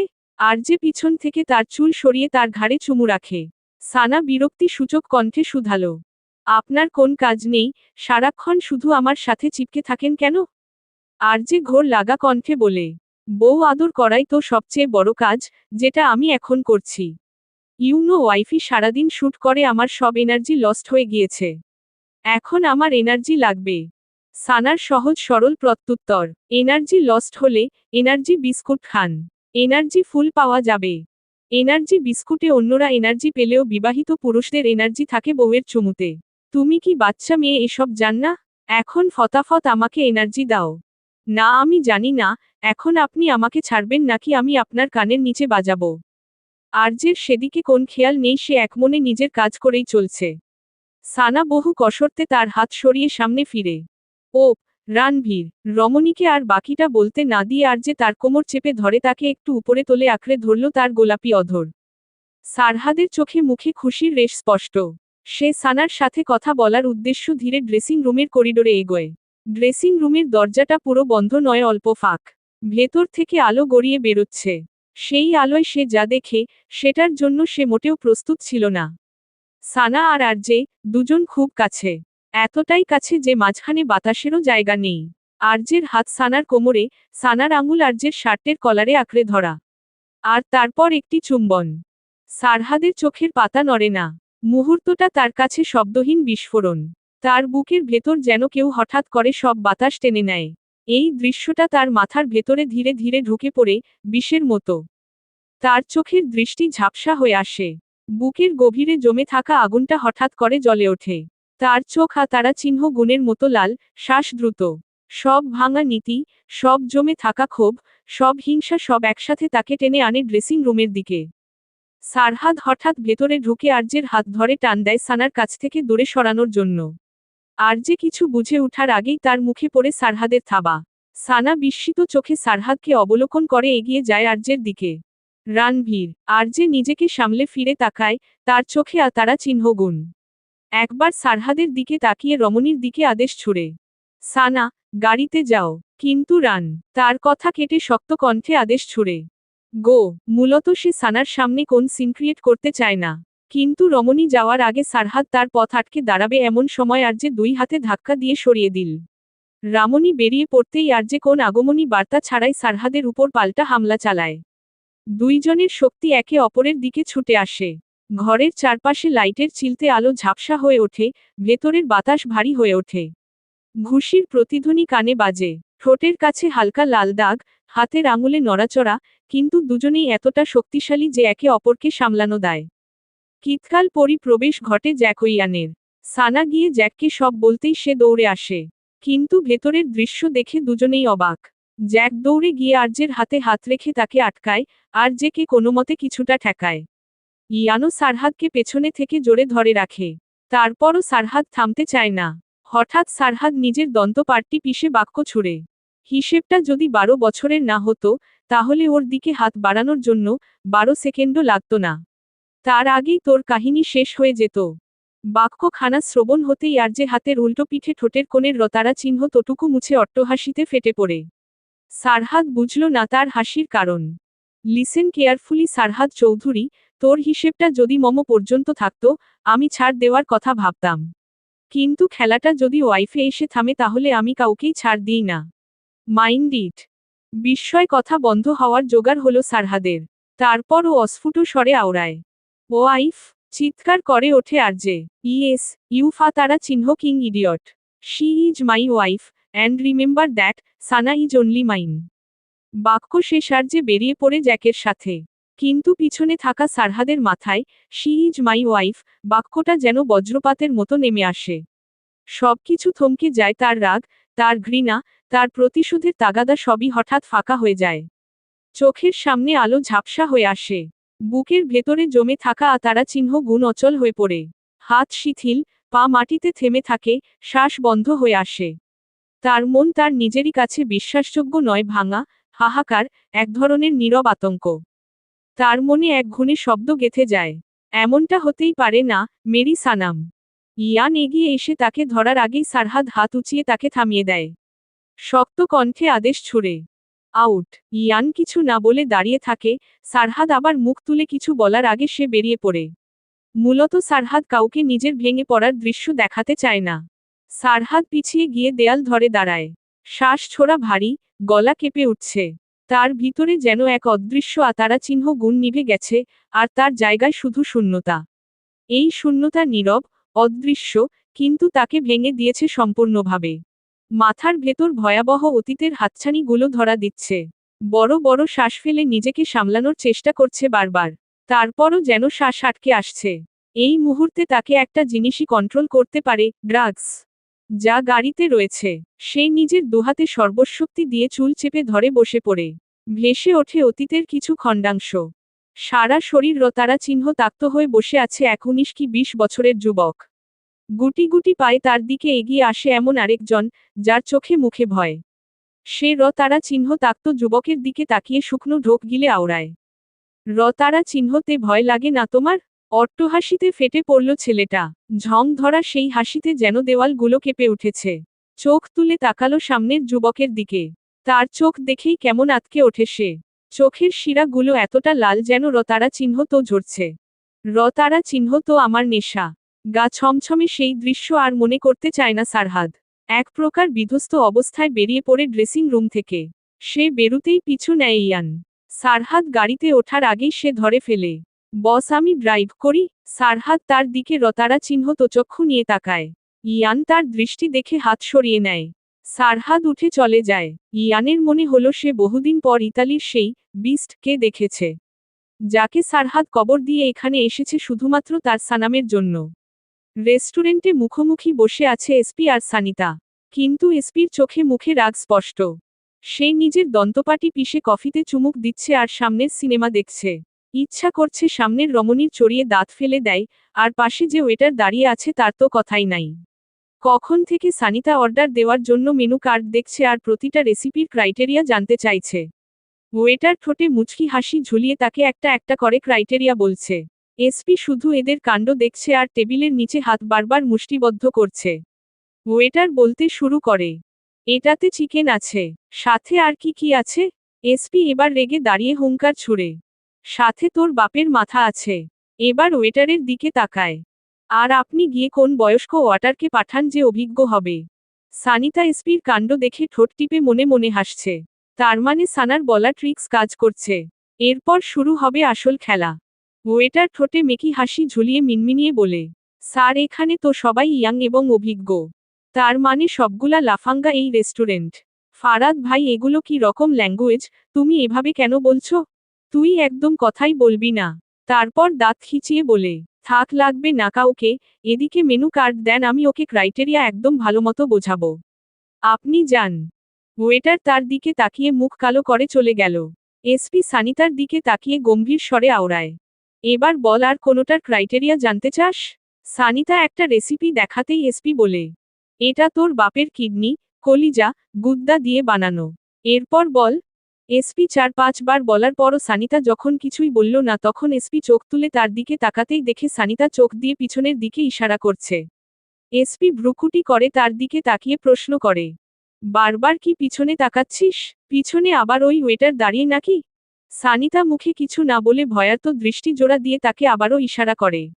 এসপি বিরক্ত হয় বলে, আব্বে বারবার পিছনে তাকাচ্ছিস কেন? এমন মনে হচ্ছে পিছনে তোর বাপ দাঁড়িয়ে। আর তোর বাপ থাকলেও আমার কি?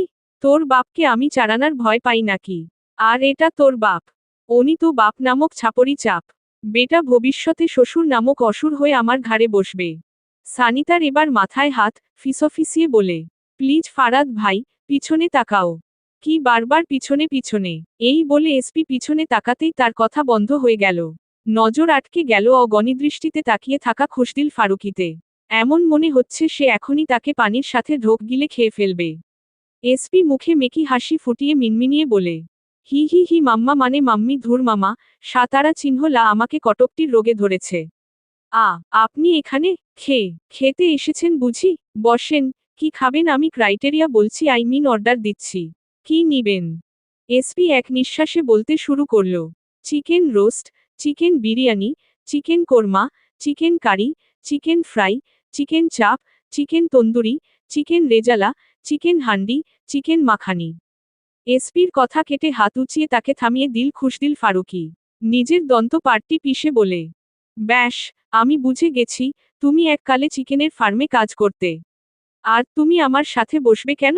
আমি তো বাপ নামক ছাপরির ছাপ, শ্বশুরের নামক অসুর। কি বলছেন কি মামা? আস্তাগ ফিরুল্লাহ, নাউজুবিল্লাহ, এত বড় সত্য কথা মানে মিথ্যা কথা আপনাকে কে বলল? আমি তো এতদিন জানতাম তুমি শুধু আওয়ারাগিরি করো। এখন তো দেখছি তুমি পল্টিবাজো। দাঁড়াও হতচ্ছাড়া, তোমার আওয়ারাগিরি আজ বের করব। এই বলে তিনি একটা বাটার নাইফ তোলে এসপির দিকে এগিয়ে গেলেন। এসপির এটা দেখেই চোখ কপালে। সে উল্টো দিকে ফিরে লাগালো দৌড়। খুশদিল ফারুকিও তার পিছু পিছু। হতচ্ছাড়া কোথাকার, দাঁড়াও আমি আজকে তোমাকে খুতারা চিহ্ন ন করব। দেখুন মামা, কাল কিন্তু পত্রিকার পাতায় উঠবে এটা। মামার হাতে ভাগিনা বাটার নাইফ দিয়ে ন। আমি নিজে হাতে হেডলাইন লিখব, তার আগে তোমাকে খুতারা চিহ্ন ন করব। তারা দুজন একটা টেবিলের চারপাশে ঘুরতে ঘুরতে শুরু করে। দেখুন মামা আপনি ভুল করছেন, আমি ওকে এখানে ডেটের জন্য আনিনি। তো কেন এনেছো? কেন না, বাড়িতে কেউ নাই যে রান্না করে খাওয়াবে। সেজন্য আমি ভাবলাম আপনার মেয়ে ভাতের অভাবে মারা যাবে। তাই আমি তো ভাত খাওয়াতে আনলাম। আপনি তো জানেন ক্ষুধার্তকে খাওয়ানো সদকায় জারিয়া। উনার পা থেমে গেল, কপালে ভাঁজ ফেলে শুধায়, তুমি সদকায় জারিয়ার জন্য আমার মেয়েকেই পেয়েছ, আর তোমার দুমুঠো ভাত খাওয়ানোর জন্য আমার মেয়ে মরবে না। কিন্তু তুমি নিশ্চিত আমার হাতে খুতারা চিহ্ন ন হবে? আমি তো আপনার মেয়ের খেয়াল রাখছিলাম। আচ্ছা শিয়াল মুরগির খেয়াল রাখছিল? দাঁড়াও আমি তোমাকে দেখাচ্ছি। এই বলে দুই মামা ভাগ্নি পুরো রেস্টুরেন্টে দৌড়াদৌড়ি শুরু করে দিল। এসপি সামনে আর পিছনে খুশদিল ফারুকি। সানিতা কি বাবাকে আটকাবে না এসপিকে? পাপা প্লিজ স্টপ, পাপা। ফারাদ ভাই। কিন্তু না, খুশদিল ফারুকি আজ শোনার মুডে নেই, তিনি এসপিকে ধরার চেষ্টায়। আজকে এই ছেলেকে তিনি ছাড়বেন না। কত বড় সাহস উনার অগোছরে উনার মেয়েকে নিয়ে আওয়ারাগিরি করতে এসেছে। কিন্তু কেউ দূর থেকে এসব কিছুর মজা নিচ্ছে, সে আর কেউ না ওই সময়কার ওয়েটার। সে গুটি গুটি পায়ে এগিয়ে গেল সানিতার দিকে। ম্যাম আমি কি আপনাকে ক্রাইটেরিয়া বুঝাবো? সানিতা বিরক্তি সূচক দৃষ্টি নিক্ষেপ করে তার উপর। আরে আপনি জানতো, এখানে আমার ভবিষ্যৎ দৌড়াচ্ছে আর আপনি ক্রাইটেরিয়া নিয়ে পড়ে আছেন। ওয়েটার মুখ বাঁকিয়ে চলে গেল। সানিতা মনে মনে ভাবছে, সানা আর সে মিলে প্ল্যান করেছিল এসপিকে এখানে নিয়ে এসে তাকে জেলাস ফিল করাবে। তারপর সে রেগে খুশদিল ফারুকির সামনে বলে দিবে। কিন্তু এখন তো তাদের প্ল্যানের উল্টোটা হয়ে গেল। এসপি দৌড়ে এসে তার গাড়িতে উঠে গেল। খুশদিল ফারুকি তার পিছু পিছু দৌড়ে আসেন। তিনি আসার আগেই এসপি গাড়ি নিয়ে হাওয়া। গাড়িতে বসে সে যেন হাফ ছেড়ে বাঁচল। এখন শুধু আমাকে একমাত্র ব্রোই বাঁচাতে পারে। এসপির কালো জিপ চলতে শুরু করল সারহাদের রোজ হাউজের উদ্দেশ্য। আর যে ফ্ল্যাটে এসে কাউকে কিছু না বলে সোজা নিজের রুমে চলে যায়। দরজা বন্ধ করে জ্যাকেটটা খুলে ছুঁড়ে ফেলে দেয় ডিভানের উপর। তার শ্বাস ভারী, চোয়াল শক্ত। চোখের সামনে বারবার সারহাদের মুখ ভেসে উঠছে। হঠাৎ সে আয়নার সামনে দাঁড়িয়ে যায়। নিজের প্রতিচ্ছবির দিকে তাকিয়ে দাঁতে দাঁত চেপে বলে, তোকে ওই দিন ছেড়ে দেওয়াই ভুল ছিল। আর যে টেবিলের উপর থাকা ওয়াইনের গ্লাসটা তুলে আছড়ে মারে দেয়ালে। চূর্ণবিচূর্ণ শব্দে ঘর কেঁপে ওঠে। কাচের টুকরো মেঝেতে ছড়িয়ে পড়ে। তার হাত মুষ্টিবদ্ধ, শিরাগুলো ফুলে উঠেছে, যেন চামড়ার নিচে তারা চিহ্ন গুণ বয়ে চলেছে। তারপর আয়নার দিকে তাকিয়ে একের পর এক থাবা বসাতে থাকে। এদিকে সানা কখন থেকে রুমে পায়চারি করছে। একবার ডানদিকে, একবার বাদিকে। সে গাড়িতে বারবার জিজ্ঞেস করেছিল, আর যে কে তার ঠোঁটের কোণে, হাতের তারা চিহ্ন তো কেন? কি হয়েছিল? স্যার কেন এমন করেছিল? কিন্তু আর যে কিছুই বলেনি। সানা একবার ভাবছে আর যে কে গিয়ে দেখবে। কিন্তু আবার ভাবছে না থাক। মন আর মস্তিষ্কের দ্বন্দ্বে সে মনকে সাই জানালো। গুটি গুটি পায়ে এগিয়ে গেল আরজের রুমের দিকে। আজ সে বহুদিন পর আর্যের রুমে যাচ্ছে। আগেও কদাচিৎ যেত। আর্যের রুমের দরজা বন্ধ। সানা নব ঘুরিয়ে ভিতরে প্রবেশ করতেই বিস্ময় চোয়াল ফাঁক হওয়ার জোগাড়। কেননা চোখের সামনেই আর্যের দুই হাতে, চোখে, মুখে সব জায়গায় রতারা চিহ্নত। বারবার হাত মুষ্টি বদ্ধ করছে আর খুলছে। তাকে কেমন ভয়ঙ্কর দেখাচ্ছে। আর্যের রুমে কেউ এসেছে অনুভূত হতেই চোখ তুলে তাকায়, নজর আসে সানা। আর্যে গভীর শ্বাস টেনে নিয়ে তার দিকে রুক্ষ স্বরে বাক্য ছুড়ে, ওয়াইফি গেট আউট। কিন্তু সানা গেল না, বরং তার দিকে এগিয়ে আসে 2 কদম। রানভীর, হোয়াটস রং উইথ ইউ? এত তারা চিহ্ন তো। রমণীর কণ্ঠস্বর থেকে বাকি বাক্যটুকু বের হলো না। তার আগেই চোখাচোখি হয় একজোড়া রতারা চিহ্ন তোচক্ষুর সাথে। আর্যের চোখের শিরা উপশিরাগুলো ও লাল হয়ে উঠেছে। শ্বাস ভারী, বুক উঠা নামা করছে দ্রুত। আর্যে তার দিকে এগিয়ে এসে নিজেকে যথেষ্ট শান্ত রেখে আওড়ায়, দেখো ওয়াইফি, আমি এখন নিজের মধ্যে নেই। আমি জানি না কি করে ফেলবো। তুমি ঠিক 3 গুণার মধ্যে বের হবে, আর না হয়। সানা তার কথায় পাত্তা না দিয়ে নিজের হাতখানা বাড়িয়ে দিল আর্যের রতারা চিহ্ন তাক্ত হাতের দিকে। বিচলিত কণ্ঠে জানতে চাইল, রানভীর, হাত এভাবে? 1, 2, আর্যের স্বর থেকে আর 3 বের করল না। সে রমণীকে এক ঝটকায় কোলে তুলে ফেলে দিল বেডে। এক টানে নিজের পরনের টি শার্ট খুলে ফেলে দিল নিচে। রমণী তার উদ্দেশ্য বুঝতে পেরেই পালাতে চাইল। কিন্তু সে পিছিয়ে যাওয়ার আগেই আর্যে তার উপর ঝুঁকে আসে। রমণীকে বিছানার সাথে চেপে ধরে তার গ্রীবায় মুখ ডুবিয়ে নেশামো স্বরে আওড়ায়, আম গোনা হার্ট ইউ ডিপলি, মাই লাভ। সারহাদ হাওয়ার বেগে কোনোমতে ড্রাইভ করে রোজ হাউজে আসে। পথিমধ্যে 2 বার অ্যাক্সিডেন্ট করতে নিয়েছিল। ড্রাগস না নেওয়ার ফলে চোখ মুখ ঝাপসা হয়ে আসছে। তার বিষাদপূর্ণ জীবনে এক টুকরো প্রশান্তি ছিল এই গোলাপগুলো। কিন্তু আজ এগুলোর প্রতি কেমন বিতৃষ্ণা চলে এসেছে। চোখ ভীষণ জ্বালাপোড়া করছে। এক মুহূর্ত দেরি না করে পকেট থেকে ছোট ওয়াইনের বোতলটা বের করে ঢেলে দিল গোলাপ গাছগুলোর উপর। অন্য পকেট হাতরে লাইটার বের করে ফেলে দিয়ে চলে গেল ভিতরে। সে নিজেও জানে না সে ঠিক কি করছে। তার মস্তিষ্কের ভিতর অতীত বর্তমান সবকিছু একসাথে ধরা দিচ্ছে। এলোমেলো চিত্তে পা ফেলে সিঁড়ি ভেঙে উপরে যাচ্ছে।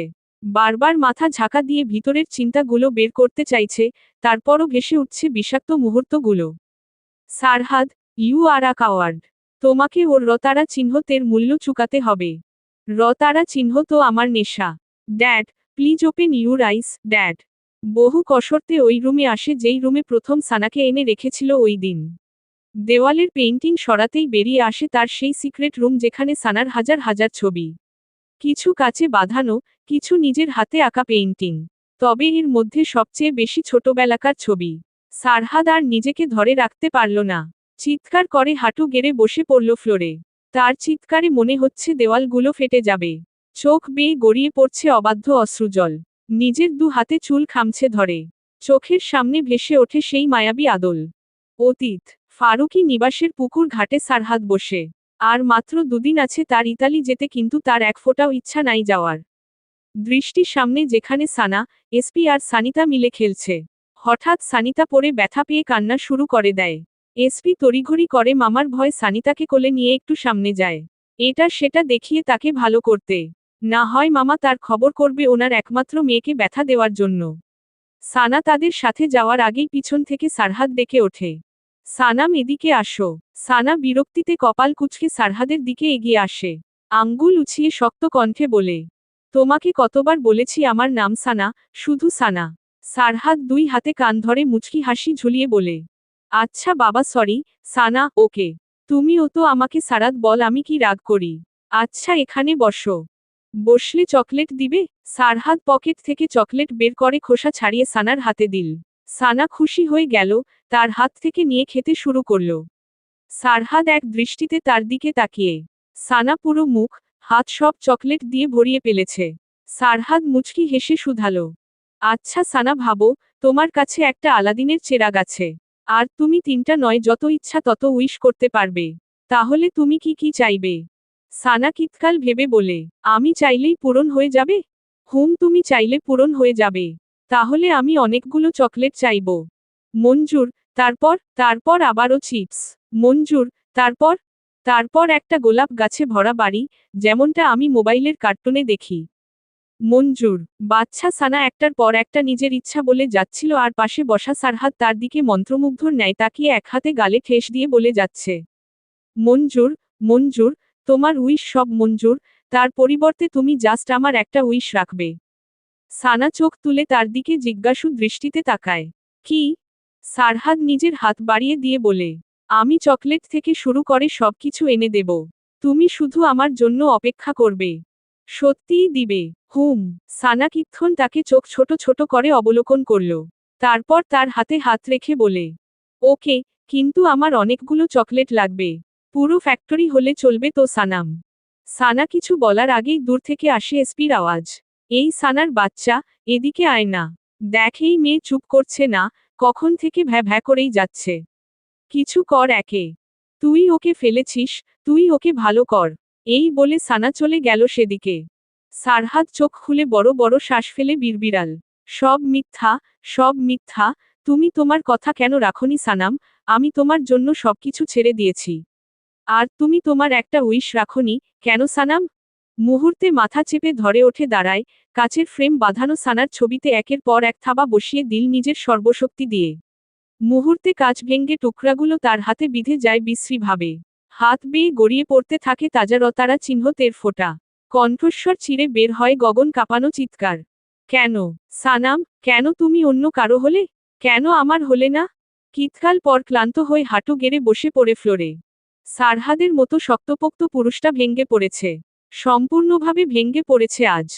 হাঁটুতে বিঁধে গেল অসংখ্য কাচের টুকরা। অতীত, বর্তমান, ভালোবাসা, ক্ষমতা, প্রতিশোধ সব মিলিয়ে যেন তার মস্তিষ্ক ফাটার উপক্রম, গড়িয়ে পড়ল মেঝেতে। চোখগুলো ভীষণ জ্বালাপোড়ায় বন্ধ হতে চাইছে। ততক্ষণে পুরো বাগানে আতারা চিহ্ন গুণ ছড়িয়ে পড়েছে। রোজ হাউসের চারপাশ দাউ দাউ করে আতারা চিহ্ন গুণ জ্বলছে। সারহাদের চোখ ঝাপসা হয়ে বন্ধ হওয়ার আগেই আবারও ভেসে উঠল মায়াবী আদলের বাচ্চাটা, যে তার দিকে হাত বাড়িয়ে রেখেছে। যদিও এটা তার কল্পনা, তবুও বহু কসরতে সেও তার হাতখানা বাড়িয়ে দিল। কানে বাজতে শুরু করল মেয়েলি মিষ্টি রিনরিনে কণ্ঠস্বর। হেই সারাদ! না, তার হাত ধরিনি সানাম, এড়িয়ে চলে গেল তাকে ফেলে। রতারা চিহ্ন তাক্ত হাতখানা আবারও নিচে পড়ে গেল।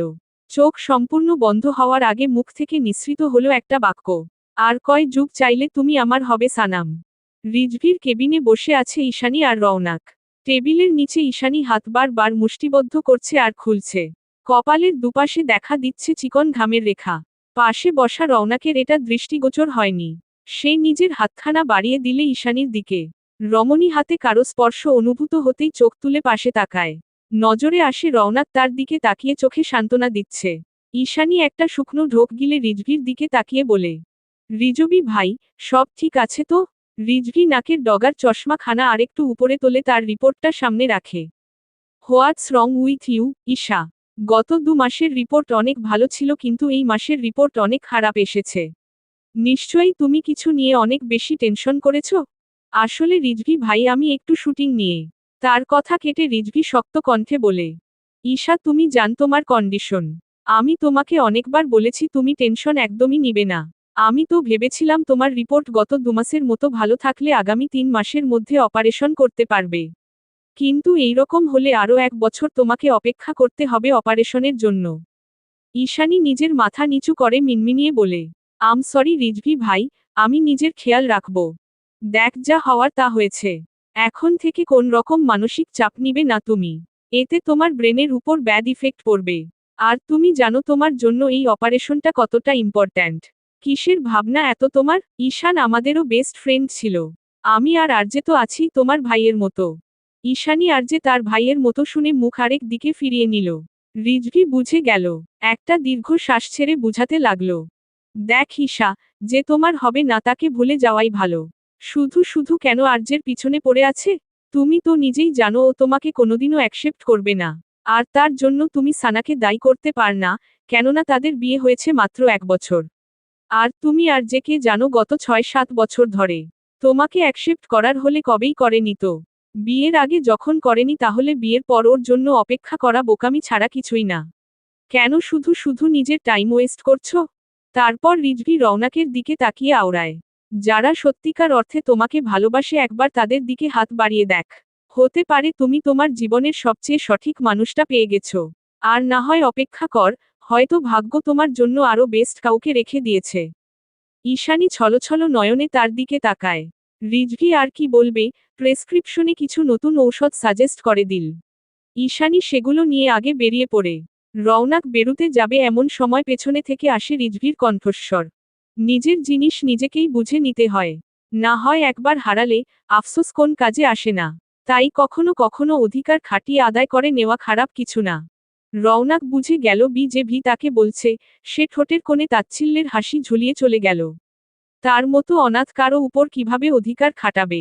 অনাথদের জন্মই হয় মানুষকে দূর থেকে ভালোবাসার জন্য। সেখানে প্রিয় মানুষটাকে পাওয়া তো শুধুমাত্র কল্পনা। এজাজ ও ইয়ানের গাড়ির পিছনে এসপির গাড়ি এসে থামে রোজ হাউজের সামনে। তিনজনে একসাথে ঢুকে সামনের দৃশ্য দেখে হতবিহবল হয়ে গেল। চারদিকে দাউদাউ করে তারা চিহ্ন গুণ জ্বলছে।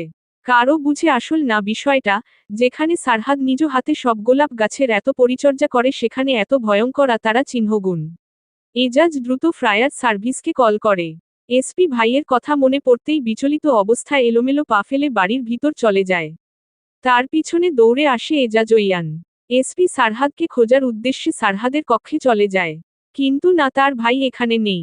এজাজ ও ইয়ান দুজনেই জানে সারহাদ কোথায় থাকতে পারে। এজাজ সিঁড়ি ভেঙে ওঠার আগে ইয়ান তাকে থামিয়ে দেয়। আই থিঙ্ক এসপিকে এখান থেকে বাহিরে নিয়ে গেলে ভালো হবে।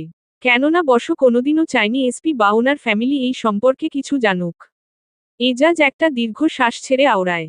আজ না হোক কাল এসপি এই সম্পর্কে সব জান। তাদের কথা কেটে পিছন থেকে আসে এসপির কণ্ঠস্বর। কি জানবো? দুজনে কিছু না বলে উপরে চলে গেল। পিছন পিছন এসপিও আসে। সারহাদের সিক্রেট রুমে ঢুকে এসপি চারদিক দেখে কিংকর্তব্যবিমূঢ় হয়ে কিতকাল দাঁড়িয়ে থাকে।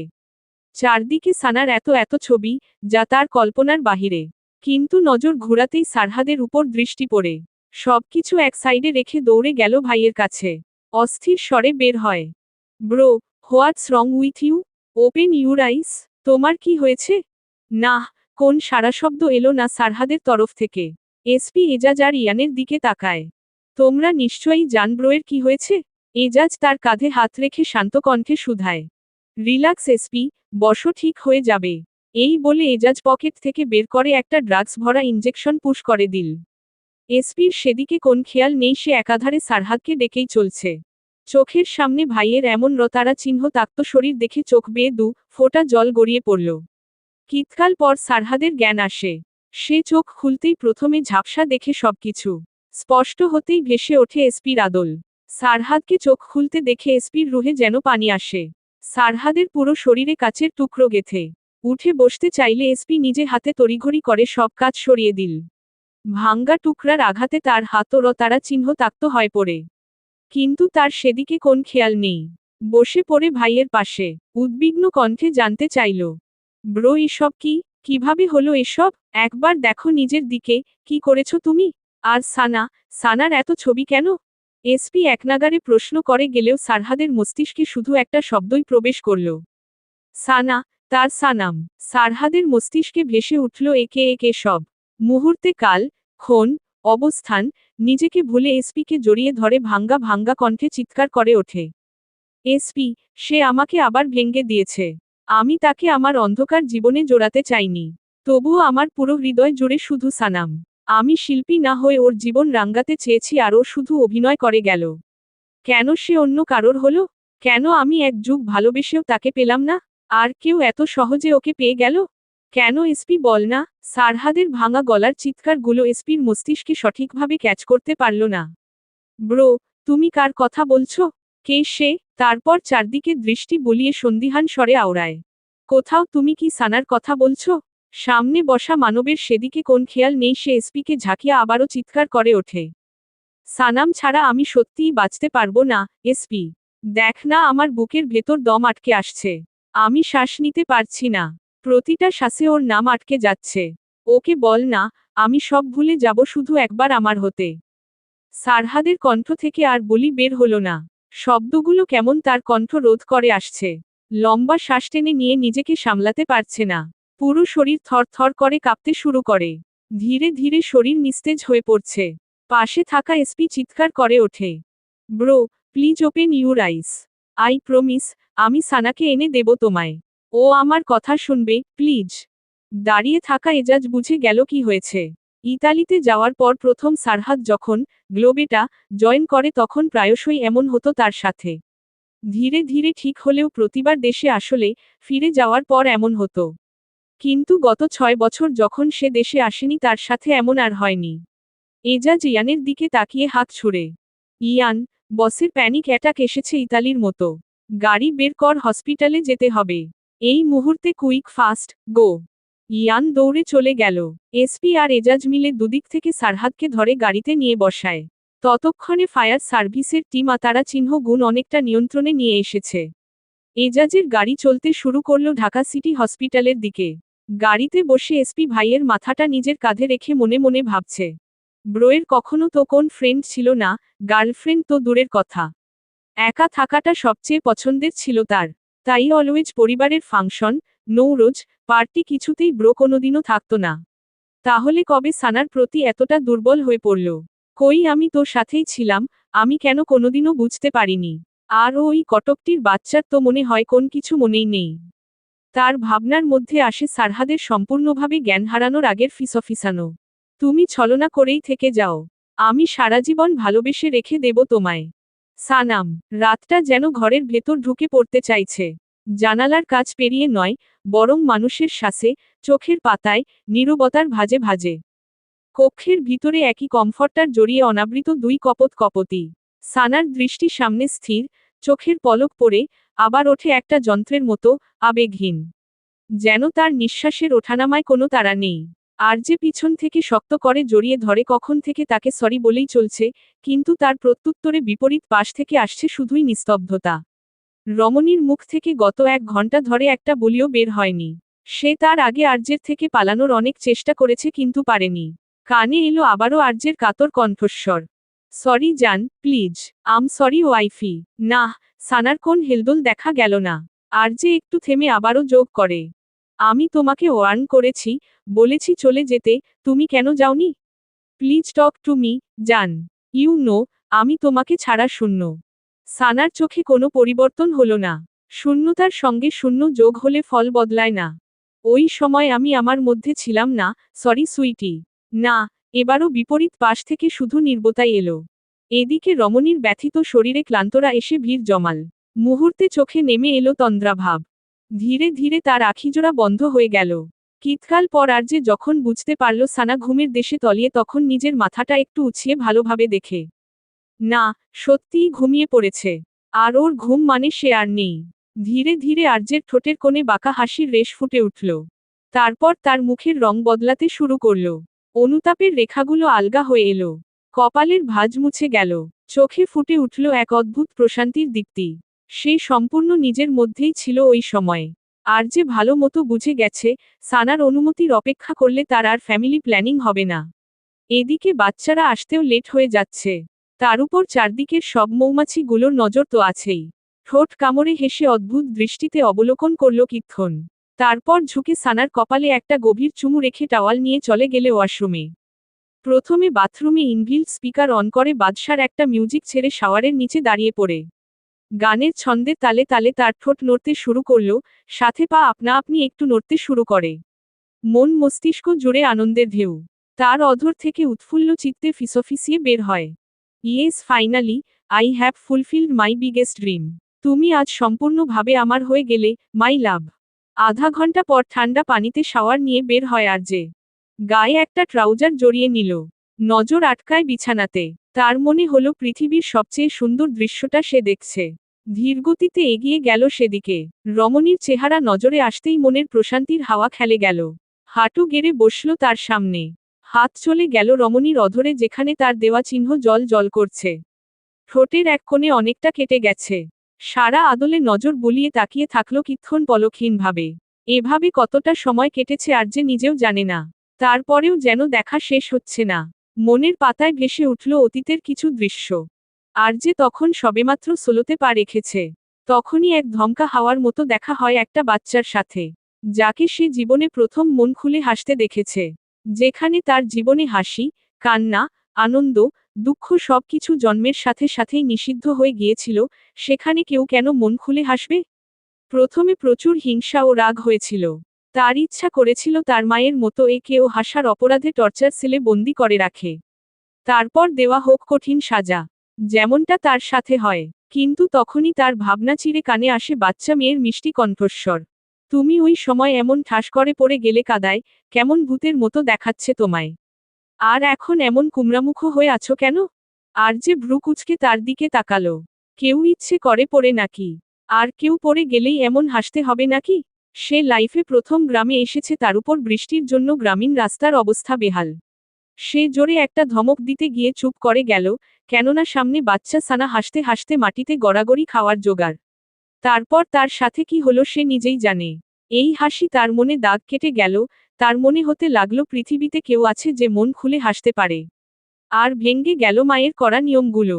সে জন্য অবশ্য তাকে অনেক শাস্তিও পেতে হয়েছে। একটা দীর্ঘশ্বাস ছেড়ে আর্যে উঠে গিয়ে রমণীকে জড়িয়ে ধরে শুয়ে পড়ে। কারো শীতল স্পর্শ অনুভূত হতেই ঘুমন্ত রমণী কিছুটা নড়েচড়ে ওঠে। তবে আর্যে তাকে বুকের সাথে শক্ত চেপে ধরে ভাবতে থাকে। তুমি আজ সম্পূর্ণভাবে আমার অন্ধকারের অতল গহ্বরে হারিয়ে গেলে, মাই লাভ। যেখান থেকে মৃত্যু ছাড়া আর মুক্তি নেই তোমার। আঘাত দিবে, অভিমান করবে, কাঁদবে, গালি দিবে, কিন্তু আমাকে ছেড়ে যেতে পারবে না। ওয়াইফি, আই নো তোমার এমসিআই আছে, মাইল্ড কগনিটিভ ইম্পেয়ারমেন্ট, তার জন্য কত সহজে ভুলে গেলে তুমি আমাকে, অথচ গত 14 বছরে 14 ন্যানোসেকেন্ডের জন্যও আমি ভুলতে পারিনি। সেই টর্চার সেলগুলোতে সবসময় আমার কানে তোমার হাসির ঝংকারগুলো বাজত। কেন এতটা কালো জাদু করলে আমার উপর?